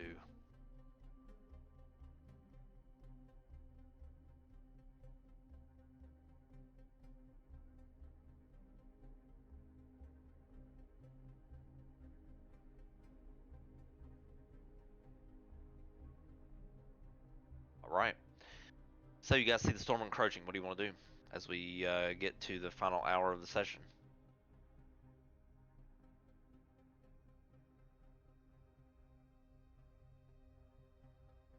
Or the I final can go minute, rather. about another 45 minutes. I can go about another 45 minutes before I need to leave. I mean, if everyone's done, then we can be done, but. No! Cliffhanger.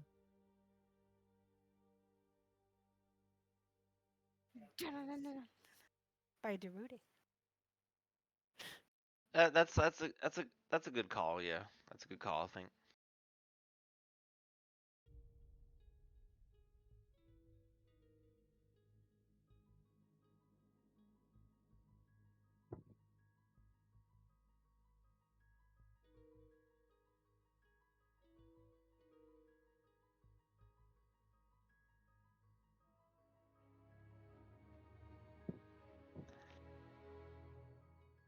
Potentially, yeah, sure. So as this storm threatens the Jewel of Hope on Corel, which hasn't been necessarily threatened in centuries' time at this point. The streets are panicking, and all the omens that you've all had swirling around in your mind coming to surface as this perhaps could be the Lich King going on the offensive. I guess we'll see next week.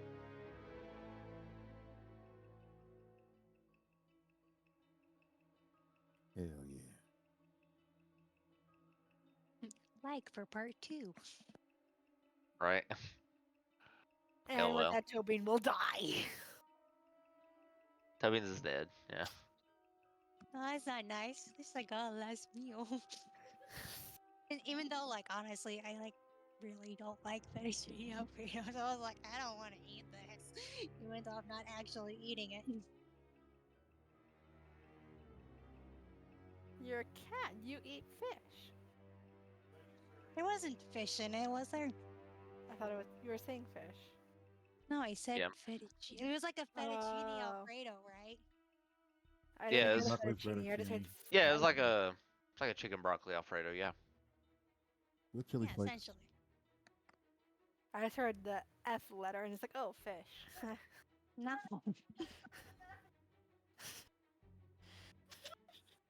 My brain audio yes, fish. processed it The different. forbidden 4-letter F word. What the fuck? Nothing. Don't worry about it. Right. Later, y'all. Ciao.